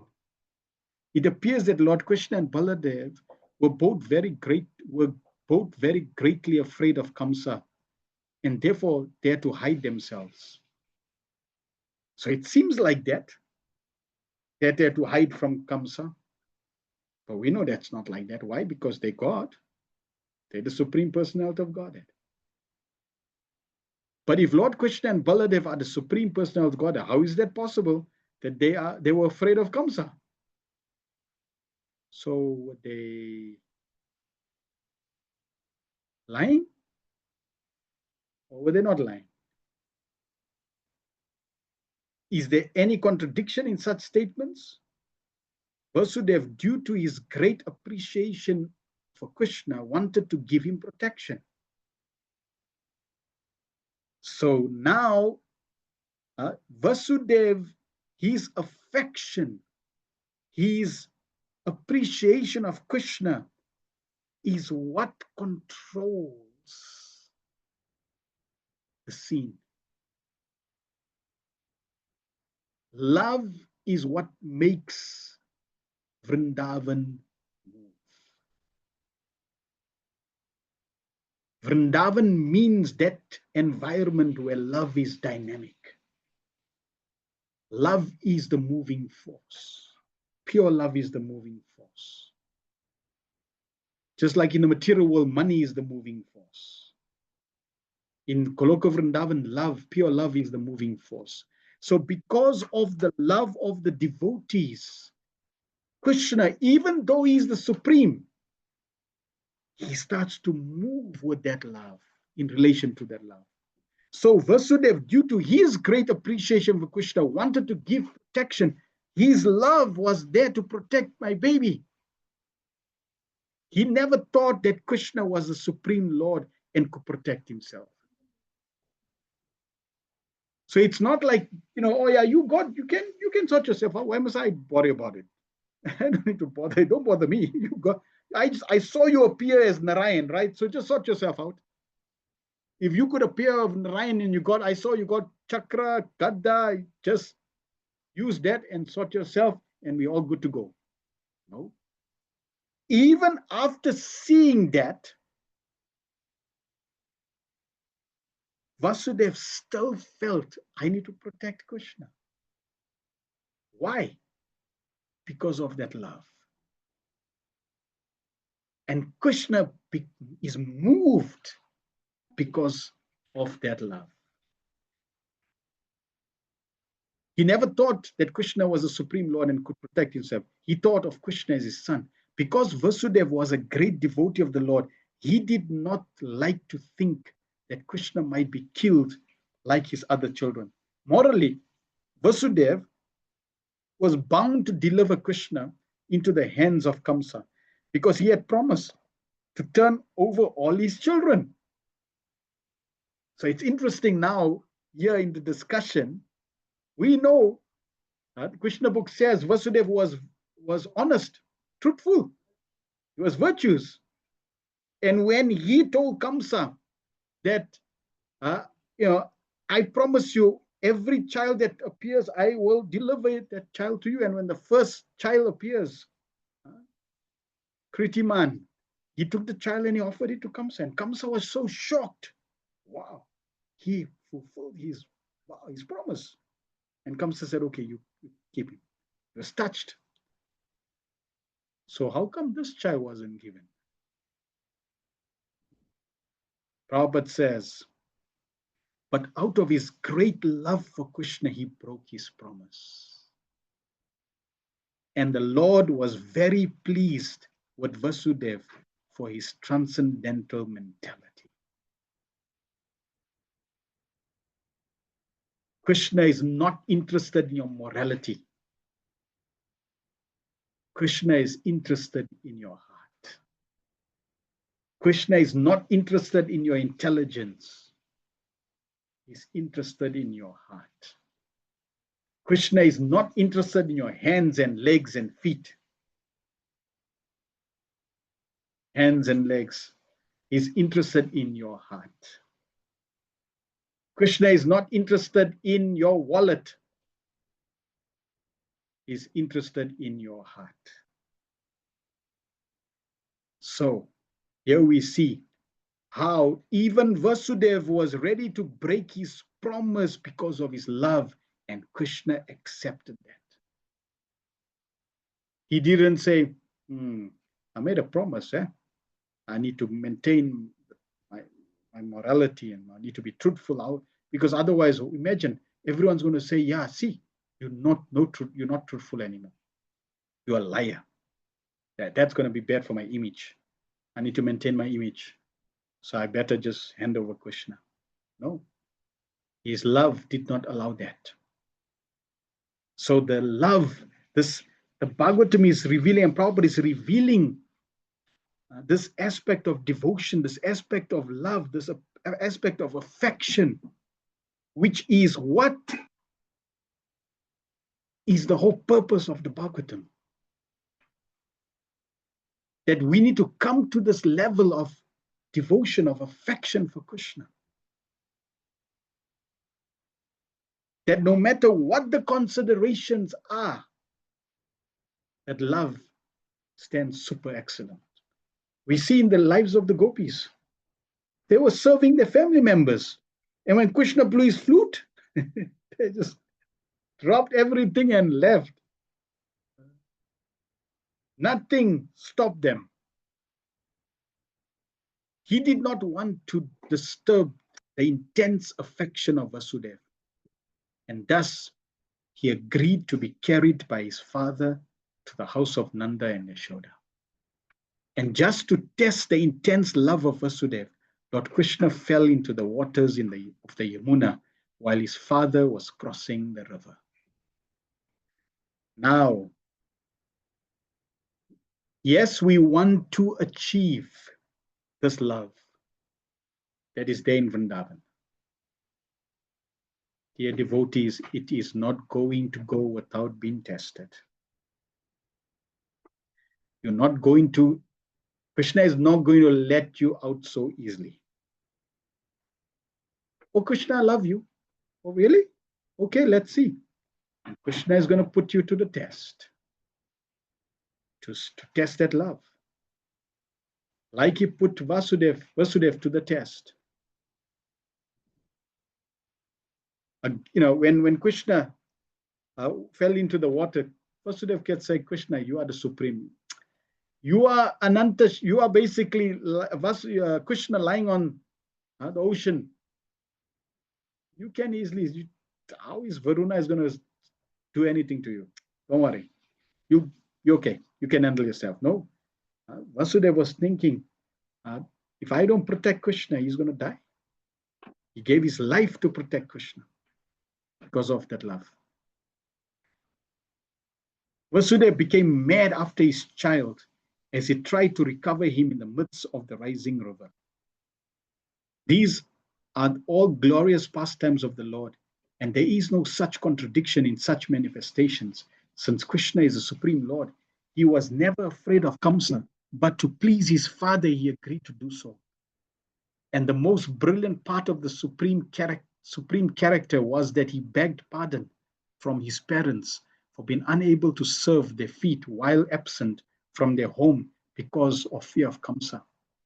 Vasudeva and Devaki never had the opportunity to raise Krishna as a child. They missed that opportunity. They missed those pastimes. The Lord, whose lotus feet are worshipped by demigods like Brahma and Shiva, wanted to worship the feet of Vasudeva. Such instruction by the Lord to the world is quite appropriate. Even if one is the Supreme Lord, one must serve his parents. So this is the lesson that Krishna was teaching. That even Krishna did not think, okay, I'm God, don't worry, and they're devotees, okay. No, I need to serve my parents. I came from them. They're my parents. I need to serve them. A son is indebted to his parents in so many ways. And it is a duty of the son to serve his parents, however great the son may be. Indirectly, Krishna wanted to teach the atheists who do not accept the supreme fatherhood of God, that they may learn from this action how much the Supreme Father has to be respected. Now see how brilliant Prabhupada, right, shifts the whole situation. First, why is Krishna, who's God, fearing Kamsa? No, he's not. He's God. He doesn't need to fear Kamsa. He's never fearing Kamsa. Kamsa was fearing Krishna. Okay, then why was he taken away? Not because he was fearful, it was because of the love of Vasudeva. Okay. Now, in relation to him not being able to serve his parents, he's God. Why couldn't he do that? Again, because of love. And because of this love, Krishna, he came and he apologized. Why is he doing that? To teach you a lesson. Or what's the lesson? That sons must serve their parents. Children have the duty to serve their parents. Oh, yes. Now, parents, they look at the children and they say, you're reading this, huh? Sons, daughters, you're reading this. What? See what? Read. I'm going to make it bold. Yeah. Read very clearly what it says. Even if one is the Supreme Lord, one must serve his parents. You got it? So that's what we would start directing, right? Then Prabhupada changes it to say, wait, before you get there, a son is indebted to his parents in so many ways, and the duty of the son to serve his parents, however great the son may be. Yes, you see? Indirectly. So that's the message you get. But really what Krishna wants to tell you, Krishna wanted to teach the atheists. Who are the atheists? Well, the parent who's telling the children to serve me. Wait, are you following this category? Who do not accept the supreme fatherhood of God.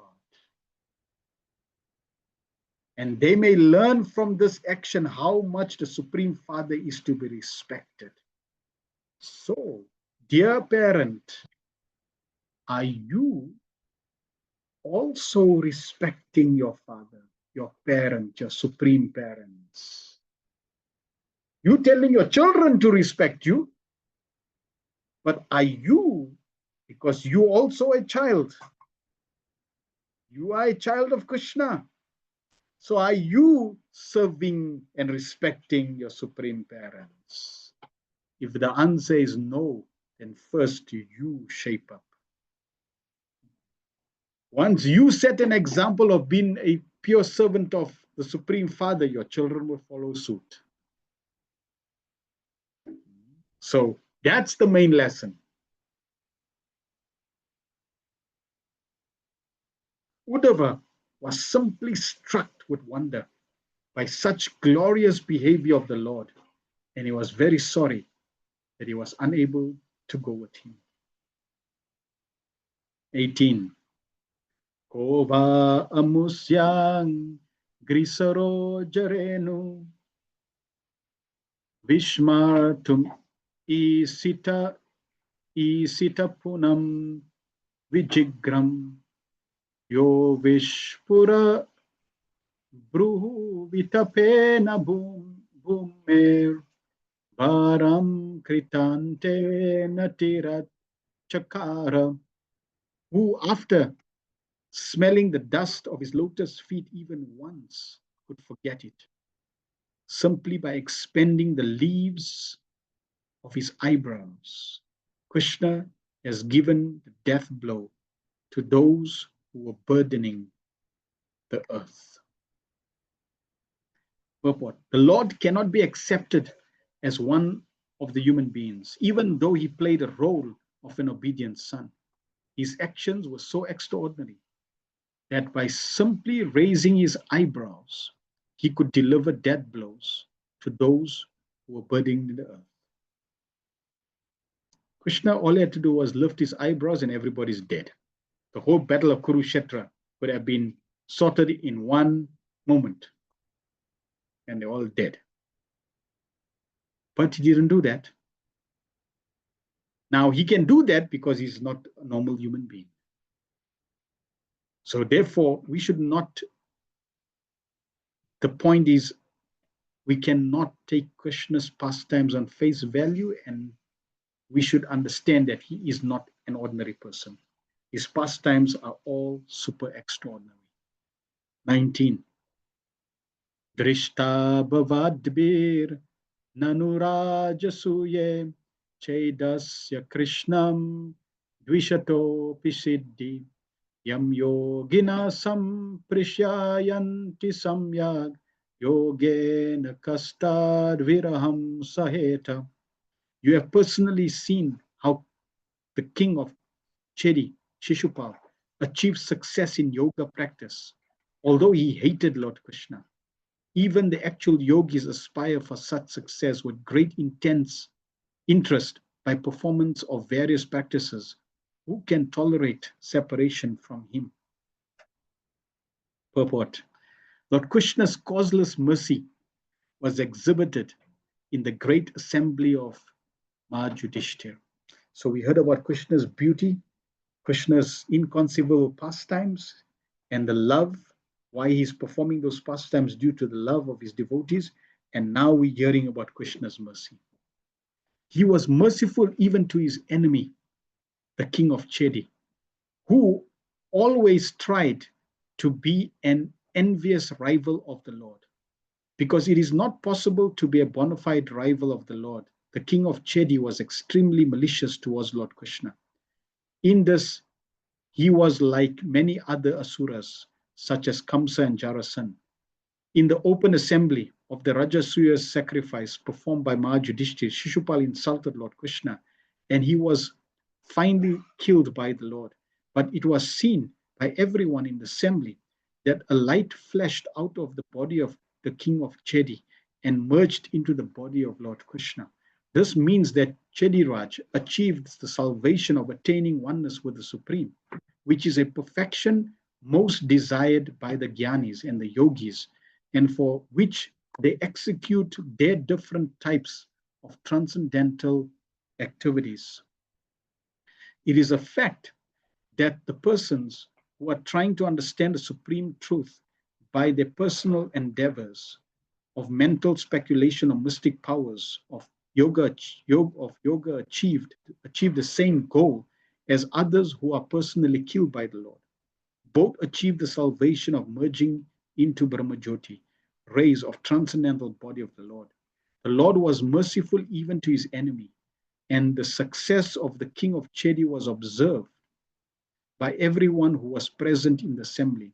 Vidura was also present there, and therefore Uddhava reminded him of the incident. So Krishna, when he kills his enemies, he liberates them. This is his mercy. 20. Tateva chanye naraloka vira ya ave Krishna mukaravindam netre pibanto nayana birana piramam Parthashtraputa padam apurasya. Certainly, others who were fighters on the battlefield of Kurukshetra were purified by the onslaught of Arjuna's arrows. And while seeing the lotus face of Krishna, so pleasing to the eyes, they achieved the abode of the Lord.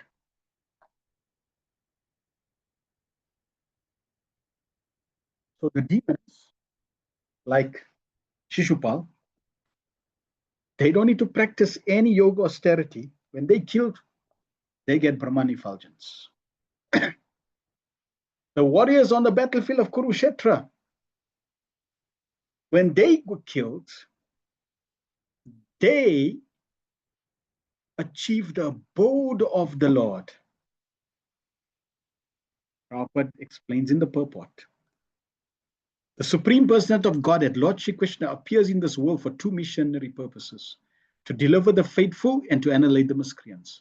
But because the Lord is absolute, His two different kinds of actions, although apparently different, are ultimately one and the same. His annihilation of a person like Shishupal is as auspicious as his actions for the protection of the faithful. All the warriors who fought against Arjuna, but who were able to see the lotus face of the Lord on the battlefield, on the battlefront, achieved the abode of the Lord exactly as the devotees of the Lord do. They looked at Krishna and said, Krishna is so beautiful. Then they got killed and they went to Vaikuntha. The words pleasing to the eyes of the seer are very significant. When the warriors from the other side of the battlefield saw Lord Krishna at the front, they appreciated his beauty, and their dormant instinct of love of God was awakened. Shishupal saw the Lord also, but he saw him as his enemy, and his love was not awakened. Therefore, Shishupal achieved oneness with the Lord by merging into the impersonal glare of his body, called the Brahmajyoti. Others who were in the marginal position, being neither friend nor enemies, but slightly in love of God, by appreciating the beauty of his face, were at once promoted to the spiritual planets, the Vaikunthas. So just by, how wonderful Krishna is. They got the spiritual abode. The Lord's personal abode is called Goloka Vrindavan, and the abodes where his plenary expansions resides are called Vaikunthas, where the Lord is present as Narayan. Love of Godhead is dormant in every living entity, and the entire process of devotional service unto the Lord is meant for awakening this dormant eternal love of God. Why are we practicing Krishna consciousness? Prabhupada's writing, we are practicing Krishna consciousness so that this dormant, pure love of God can awaken. When I'm convinced I'm a lover of God, I will dedicate my life to service and the process of devotional service. Why? Because that process of devotional service, Anushilanam, Krishna Anushilanam, Krishna cultivation will revive this dormant love that is there. Prabhupada continues, but there are degrees of such transcendental awakening. Those whose love of God is awakened to the fullest extent go back to Goloka Vrindavan planet in the spiritual sky. Whereas persons who have just awakened to love of God by accident or association are transferred to the Vaikuntha planets. So not everyone gets the same destination. Yes, everyone may, that those on the path of pure love and get pure love either by accident or by association. But if your love is not of the fullest extent, then you can't enter into Goloka Vrindavan. Essentially, there is no material difference between Goloka and Vaikuntha. But in Vaikuntha, the Lord is served in unlimited opulence, whereas in Goloka, the Lord is served in natural affection. This is the distinction and this is the difference. And that is why Goloka is said to be, or even if you go between Goloka and Vaikuntha, there's Dwarka. So there's Dwarka, there's Mathura, and there's Goloka. Better than Vaikuntha is Dwarka. Better than Vaikuntha, better than Dwarka is Mathura. Better than Mathura is Goloka Vrindavan. They're all perfect. They're all pure. They're all in the spiritual abode. They're all the spiritual realm. But it's better, more better, most better, different degrees of better spiritual levels. This love of God is awakened by the association of pure devotees of the Lord. Here the word Parashtra Puta is significant. Those who saw the beautiful face of the Lord on the battlefield of Kurukshetra were purified first by Arjuna when he made his onslaught with arrows. So Arjuna facilitated their purification, and thereby they achieved the destination. Point, you need the association of the devotees, you need pure association to facilitate this practice of Krishna consciousness, of reviving, of awakening our pure love of Krishna. So Arjuna was very instrumental. The Lord appeared for the mission of diminishing the burden of the world, and Arjuna was assisting the Lord by fighting on his behalf. Arjuna personally declined to fight, and the whole instruction of Bhagavad Gita was given to Arjuna to engage him in the fight. As a pure devotee of the Lord, Arjuna agreed to fight in preference to his own decision. And thus Arjuna fought to assist the Lord in his mission of diminishing the burden of the world. All the activities of a pure devotee are executed on behalf of the Lord, because a pure devotee of the Lord has nothing to do for his personal interest. Arjuna's killing was as good as killing by the Lord himself. I will repeat. Arjuna's killing was as good as killing by the Lord himself. As soon as Arjuna shot an arrow at his enemy, that enemy became purified of all material contamination and became eligible to be transferred to the spiritual sky.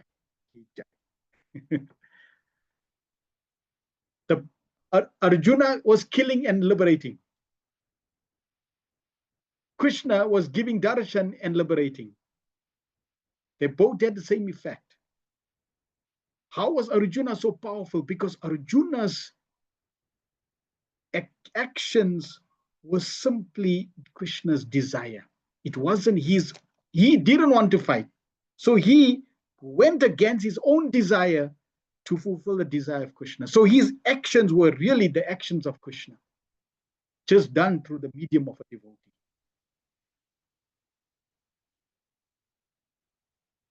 Those warriors who appreciated the lotus feet of the Lord and saw his face at the front at the front had the dormant love awakened, and thus they were transferred at once to Vaikuntha Loka, not to the impersonal state of the Brahmajyoti as Shishupal. Shishupal died without appreciating the Lord, while others died with appreciation of the Lord. Both were transferred to the spiritual sky. But those who awakened love of God were transferred to the planets of the transcendental sky. Uddhava seemingly lamented that his own position was less than that of the warriors on the battlefield of Kurukshetra, because they had attained Vaikunthas, whereas he remained to lament the disappearance of the Lord. This is Uddhava's humility. He's thinking, just see, the warriors were even more fortunate. They went back home, back to Godhead. I am so unfortunate. I'm here, left. The Lord's gone. I'm here, lamenting his disappearance. So this is the heart of a pure devotee, the humility of a pure devotee. One time, Srila Prabhupada was invited by a Kshatriya family. In India, you get Kshatriya families like Sikhs. So there was, this powerful Kshatriya family, and they invited Prabhupada, and he was speaking to Prabhupada. There was a picture of Krishna on the battlefield with Arjuna, and the Kshatriya was saying that, Swamiji, when I see this picture of the battlefield of Kurukshetra, every time I see this picture, I feel a little guilty that I feel like I was on the side of the Kauravas fighting Krishna. And I feel bad that I was fighting against Krishna. So, this feeling of lamentation was there. It's like, why did I fight against Krishna? Every time I see this picture, this feeling comes. Prabhupada said, no, cannot be possible. If you were on the battlefield of Kurukshetra, you would have been liberated. You would have been in the spiritual world, not here. So you weren't there on the battlefield of Kurukshetra. And the Kshatriya devotee felt very happy that, okay, that luck, I wasn't against Krishna, I can carry on now. So this purport is revealing what happened to all the warriors on the battle of Kurukshetra. 21. Swayam tvasamya tishayam triyadisham swaraja lakshmyapta samastakama balim harabdis chiralokapale kirita kodjetitapadapita. Lord Shri Krishna is the Lord of all kinds of the trees and is independently supreme by achievement of all kinds of fortune. He is worshipped by the eternal maintainers of creation who offer him paraphernalia of worship by touching their millions of helmets to his feet. Purport. Lord Shri Krishna is so mild and merciful as described in the above verses, and yet he is the Lord of all kinds of trees. He is the supreme Lord of the three worlds, the three qualities of material nature, and the three Purushas, Karandakasai Vishnu, Garbhadakasai Vishnu, and Kshiradakasai Vishnu. So Krishna is the Lord of all kinds of trees, THREES. These are the trees. There are innumerable universes, and each and every universe, there are different manifestations of Brahma, Vishnu, and Rudra. Besides that, there is the Sheshamurti, who bears all the universes on his hoods, and Lord Krishna is the Lord of all of them. As the incarnation of Manu, he is the original source of all the Manus in innumerable universes. Each universe has manifestations of 504,000 Manus. He is the Lord of the three principal potencies, namely Chit Shakti, Maya Shakti, and Tatastha Shakti. And he is the complete master of the 6 kinds of fortunes: wealth, strength, fame, beauty, knowledge, and renunciation. There is none who can excel him in any matter of enjoyment, and certain there is no one greater than him. No one is equal to or greater than him. It is a duty of everyone, whoever and wherever, one may be to surrender completely to him. That is the sutra of our life. It is a duty of everyone, whoever and wherever one may be, to surrender completely unto him. It is not wonderful, therefore, that all the transcendental controllers surrender to him and make all offerings of worship. 22. Tattasya kain karyamalam britam no viglapayatyanga yat anugrasenam tishtan nishanam paramesti dishnei nyabodaya deva nidarayetri. Therefore, Vidura, does it not pain us, his servitors, when we remember that he, Lord Krishna, used to stand before King Ugrasen, who was sitting on the royal throne, and used to submit explanations before him, saying, "O my Lord, please let it be known to you." Purport. Lord Krishna's gentle behavior before his so-called superiors, such as his father, grandfather, and elder brothers, his amiable behavior with his so-called wives, friends, and contemporaries, his behavior as a child before his mother Yashoda, and his naughty dealings with his young girlfriends cannot bewilder a pure devotee like Uddhava. Others who are not devotees are bewildered by such behavior of the Lord, who acted just like a human being. This bewilderment is explained by the Lord himself in Bhagavad Gita 9:11 as follows. Avajananti mammuda manushim tanum asritam parambhavam jananto mambuta maheshwaram. Persons who were poor fond of knowledge belittle the person of God, Lord Krishna, not knowing his exalted position as the Lord of everything. In the Bhagavad Gita, the Lord has explained his position clearly, but the demonic atheistic student squeezes out an interpretation to suit his own purpose and mislead unfortunate followers into the same mentality. Such unfortunate persons merely pick up some slogan from the great book of knowledge, but are unable to estimate the Lord as a supreme personality of Godhead. Pure devotees like Uddhava, however, are never misled by such atheistic opportunities. Such atheistic opportunists. 23. So this verse is one of the most important verses of the Bhagavatam. And this is the second verse that Sukadeva Goswami heard. He heard two verses, one describing the beauty of Krishna, and he heard this verse. When he was in the forest, Vyasadeva sent his disciples to recite these two verses. So this was the verse that was recited, which attracted Sukadeva Goswami. This verse converted Sukadeva Goswami from a Brahmavadi to a pure devotee of Krishna.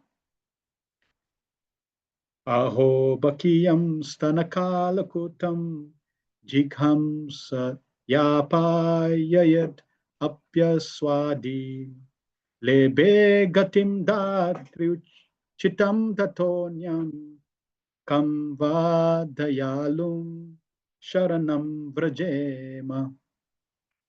Alas, how shall I take shelter of one more merciful than him, Lord Krishna, who granted the position of mother to the she-demon Putana, although she was faithless and had prepared deadly poison to be sucked from her breast.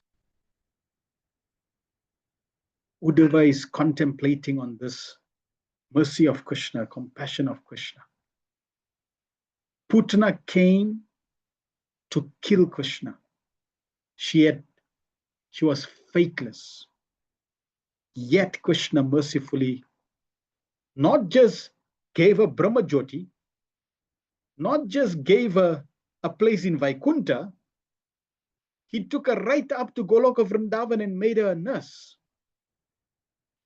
Prabhupada in the purport says, here is an example of extreme mercy of the Lord, even to his enemy. It is said that a noble man accepts the good qualities of a person of doubtful character. just as one accepts nectar from a stalk of poison. This is Krishna's qualities, character. In his babyhood, he was administered deadly poison by Putana, a she demon who tried to kill the wonderful baby.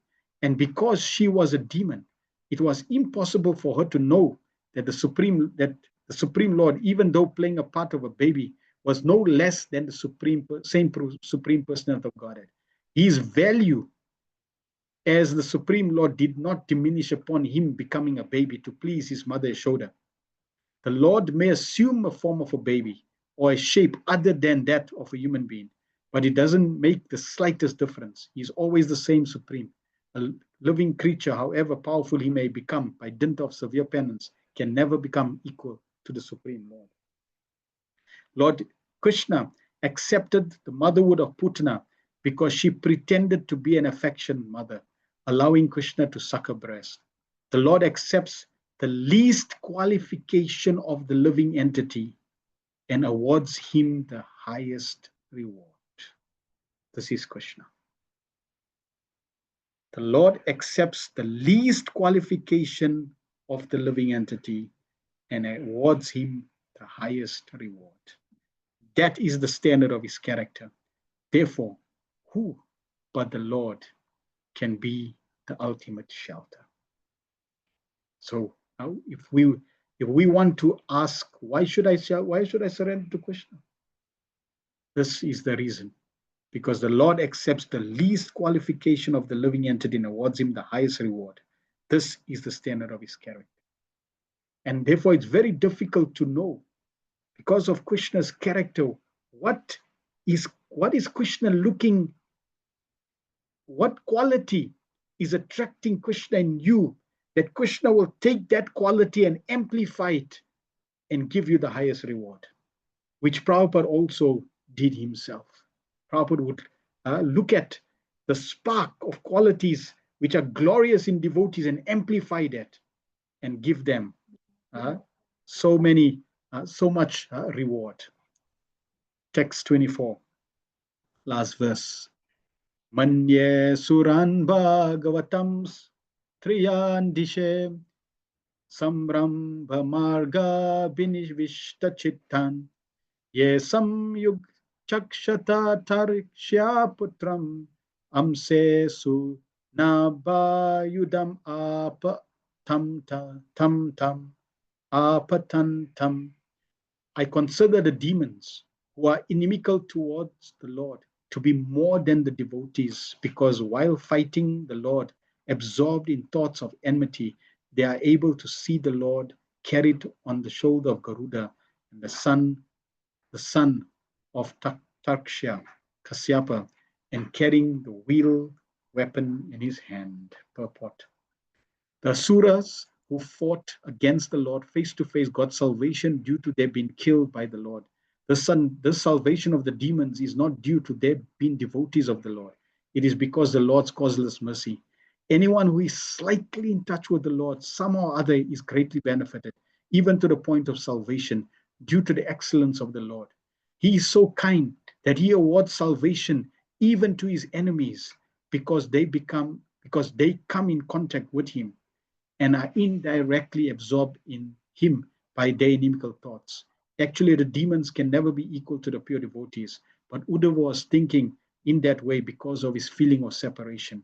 He was thinking that at the last stage of his life, he might not be able to see the Lord face to face as did the demons.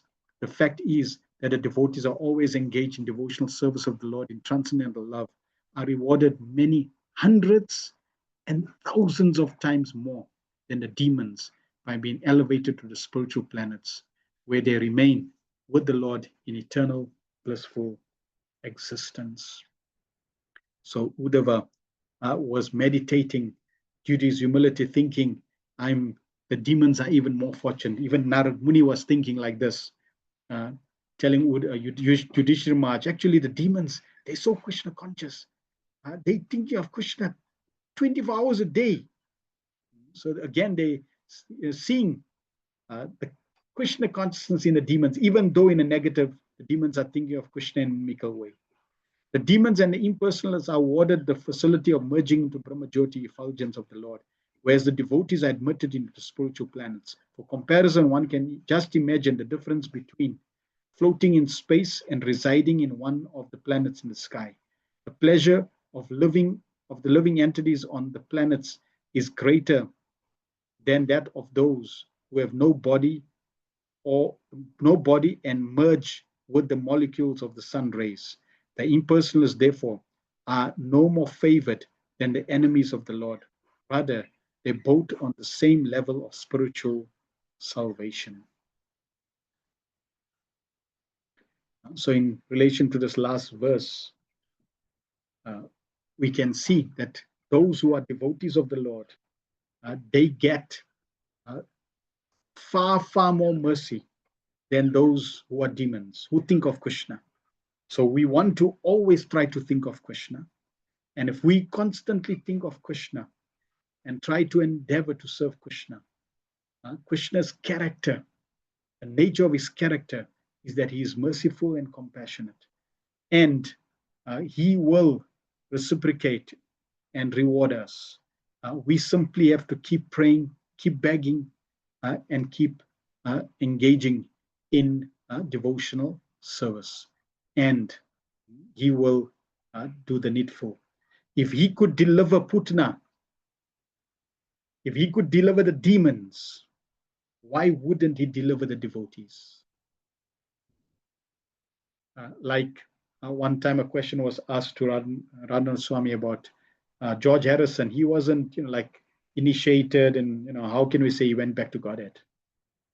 And Radhanath Swami was making this point similar to this purport, that just see, Krishna was delivering demons, and demons got Vaikuntha. If you consider George Harrison, Prabhupada had given Krishna book to the world, but Prabhupada compiled Krishna book and could not publish Krishna book. He didn't have the funds to publish Krishna book. And George Harrison came and gave $19,000 at that time. And he said, Swamiji, you can print and publish and distribute Krishna book. So he was the first to facilitate the propagation of Krishna book. Krishna book is no ordinary book.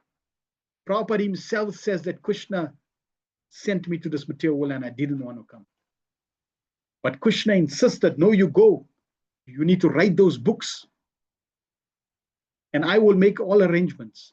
And here Prabhupada has written a Krishna book, the Bhagavatam, the essence, the highest knowledge that's in the Bhagavatam in the form of Krishna book, and he couldn't publish and distribute.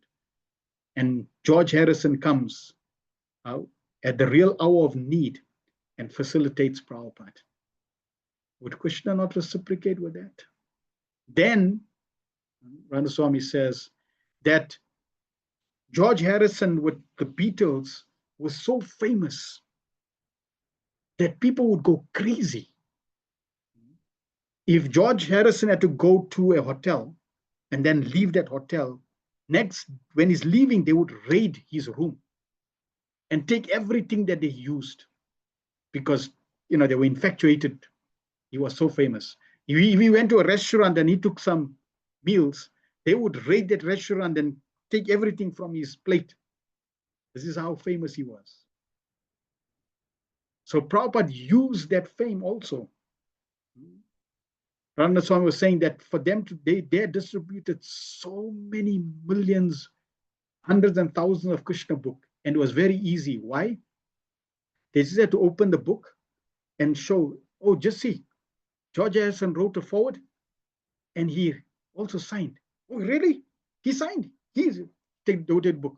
Just on the strength of his fame that they saw, he wrote a forward and he signed. They would sell.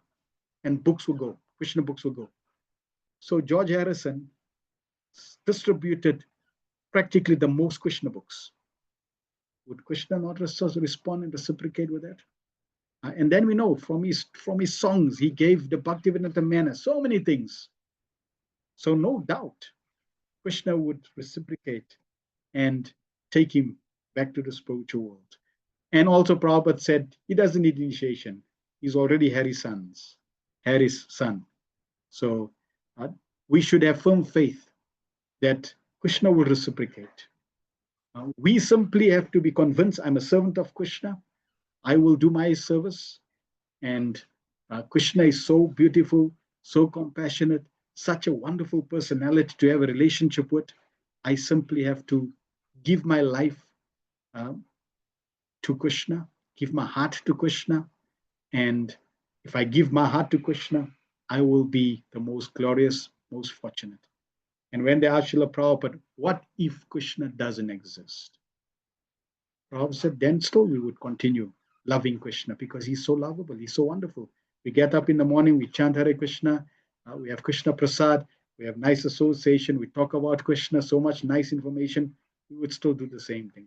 But we know that Krishna exists, and therefore we should be very happy to surrender to Krishna and make our life perfect. Kantarat Srimad Bhagavatam ki jai, Srila Prabhupada ki jai, Nitai, Go Pramanande, Hari Hari Bo. So we won't take any questions or feedback. That's already a little late. Next week, we will take any questions or feedback anyone has. Just Hemavati posted. Thank you very much, Prabhu, for the outstanding class. It's also sweet to hear about the unmatched beauty of Krishna and his extreme mercy and wonderful nectar. Thank you, Madhuri, for the absolute beautiful pictures of Krishna, helping us appreciate Krishna's attractive beauty. Srila Prabhupada's purports are truly amazing and brilliant. Hearing this Amala Purani is blessing indeed. Thank you very much. Thank you. Only a pleasure. Shamana, thank you, Prabhu and Maharaj. Nice class, lots of nectar and deep points to unpack and process. Yes. Let us contemplate, let us process, let us digest, and let us live like the Bhagavatam. This way we can be of service to Srila Prabhupada and his mission. Thank you very much, Kwandaraj. Bhagavatam ki jai, Srila Prabhupada ki jai, Nitai, Go Pramanande, Hari Hari.